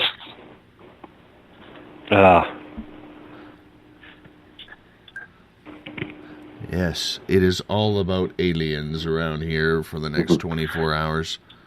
Yep. Well, does Giorgio... Ancient Aliens has been on for a while now, 8-9 seasons? Mm-hmm. When's the last time they really brought anything but speculation to the table? Oh, I don't think they've ever done anything but speculate, but it's entertaining. The one thing they did do, though, and you'll see Giorgio wears that little pin, that they found this gold artifact down in South America. They built, and it looks like an airplane. It looks like an airplane that's designed to look like a bird. And I believe they know that this thing is from, 1,000 years ago or something. They built one. They made a model. Not only does it fly, but it self-corrects. It's really, really interesting to watch. I mean, they could have just, the skeptic in me says, well, they could have made sure it did, but from the look of it on the TV, it looked like a larger version of the artifact that was found, and it flies beautifully. It just, it'll stall, self-correct. It's just, really, that part I saw when they did that, and that was impressive. Well, there was that and that Roswell rock, I believe he called it. That rock, the manufacture of it or how it was formed is interesting. But I just don't know that I see the purpose of aliens needing a engraved rock for anything. I would think that they'd be a little more advanced than that. Maybe, well, we like, there's whole stores that's their main purpose is selling pet rocks to people. I mean, maybe the alien, maybe it's something that they have a similar aesthetic, and that rock was like a decoration or, a memento from home. I don't know. It's dangerous to try to attribute human things to aliens because we have no idea, but that's one explanation, is possibly it was a memento from home. Like a worry. I'll give you that. An alien worry stone, maybe. Over on Twitter, Eric is punching him out tonight. He says at hashtag Spaced Out Radio, TV paranormal shows an oxymoron. They are the reason why paranormal is laughed at. And Eric, I agree with you. I fully agree with what you were saying. And we have discussed this ad nauseum on this show. But when we got, whether it's Not Finding Bigfoot or Destination No Truth, whatever you want to call them, they always... they always seem to be able to find nothing. And then you always hear someone in the beginning of the shows, oh, well, it just happened last week. Well, you ever notice that? It just happened last week. Well, the thing when you're watching, the Monster Quest or all that, from the beginning it's only entertainment, because if they had found it, because of the between when it's filmed and when it's released, if anything had really happened, it had been all over the news by the time you saw it on Discovery Channel. That kind of thing could not be kept secret. Oh, true enough. I think my favorite part of all these shows that are out there are the ghost shows. You ever notice that right before they hear something, the music, the audio music in the background that's playing, they start turning up, and then all of a sudden you hear, did you hear that? Did you hear that? And they're looking around all stunned, trying to figure out what the hell was going on, what's bouncing around, what's falling, who said hello. And in the meantime, us as people on TV, we're at the edge of our seats. I heard nothing. All I heard was your damn music. All I heard was your damn music. Turn the damn music down. We don't need it. Yeah, I mean, were they playing? Did they have a Bose acoustic wave machine in the corner playing that crap while they were doing their investigation? Obviously not. But I mean, it's just why? I guess that's what makes it TV. I mean, it's it is smoke and mirrors and BS. And I think people need to look at it. If you watch, what are these medical dramas? What's the most famous one? Grey's Anatomy. A real emergency room does not have nearly that much romance and drama and personal issues in it while this stuff is going on. So you can't watch Grey's Anatomy to learn to be a doctor or to understand really what goes on in an emergency room or a hospital. You can't watch any of these ghost hunting shows really to understand what goes on in an investigation. Good analogy. Yeah, I'm working 20 feet away from an emergency room, and none of that romance crap is going on. If there's not a patient, everybody's either catching up on their paperwork or getting their seat. No, none of that. You don't you don't even sleep in your car with this company. If you get caught taking a nap like that, you're looking for another job. That's an Army hospital. Never mind. Never been to one of those. Never been to one of those. Gentlemen, we got to start wrapping this thing up, man. I know. Quick. Wow. Yes. Always quick. Mr. Well, what am I going to do now? Well, I think you got to start your 1,000 brushes before it's time for tomorrow night's show. Yeah, that's true. You and Joe Allgaier can brush and brush away. You know, that's just not any normal comb that you carry in your back pocket that Everett uses. But I do have to say... No, actually, it's not. I got it from a esthetician, specially designed comb. Nice. I gotta tell you, the tips of my fingers are numb right now, boys. Right before the show, I was absolutely rocking. I was rocking. Good. Yes, I'm up to 3 chords. I'm officially up to 3 chords on my guitar. One more and You are ready to start a band. That's about it. Well, hold on. I never said I could. Those 3. I never said I could switch the chords yet. But it's soon. But my fingers are numb. That's a good sign. Hey, Get ready. You're playing your guitar at Paracon. Oh, thank you. I will rock. I will rock it before then. Guys, you hold on. I'll bring one too. I'll back you. Thank you, Triple E, for being on Space Out Radio tonight. Tomorrow night on the show, Jason Martell joins us. We're talking UFOs, ancient aliens. We also want to say a big thank you to Keith McCloskey for being our guest in the first 2 hours, telling us and teaching us all about the Dyatlov Pass. Remember, tomorrow night, spaceoutradio.com, 9 p.m. Pacific, midnight Eastern time is when we get things going. I will be back here in 21 hours. I hope all of you are as well, including you, Eric D. at hashtag SpaceOutRadio. Your sarcasm and wit was very good today. Very strong. You brought some good game. Thanks, guys and gals, for listening in. Appreciate your questions, your participation. We'll do it again tomorrow night. I'll be here. I hope you are. Do me a favor. Tell a friend. Spread the word on social media, Twitter, Facebook, Instagram, whatever it is, because we are growing bigger and better every day thanks to you. Have a good one. Good night.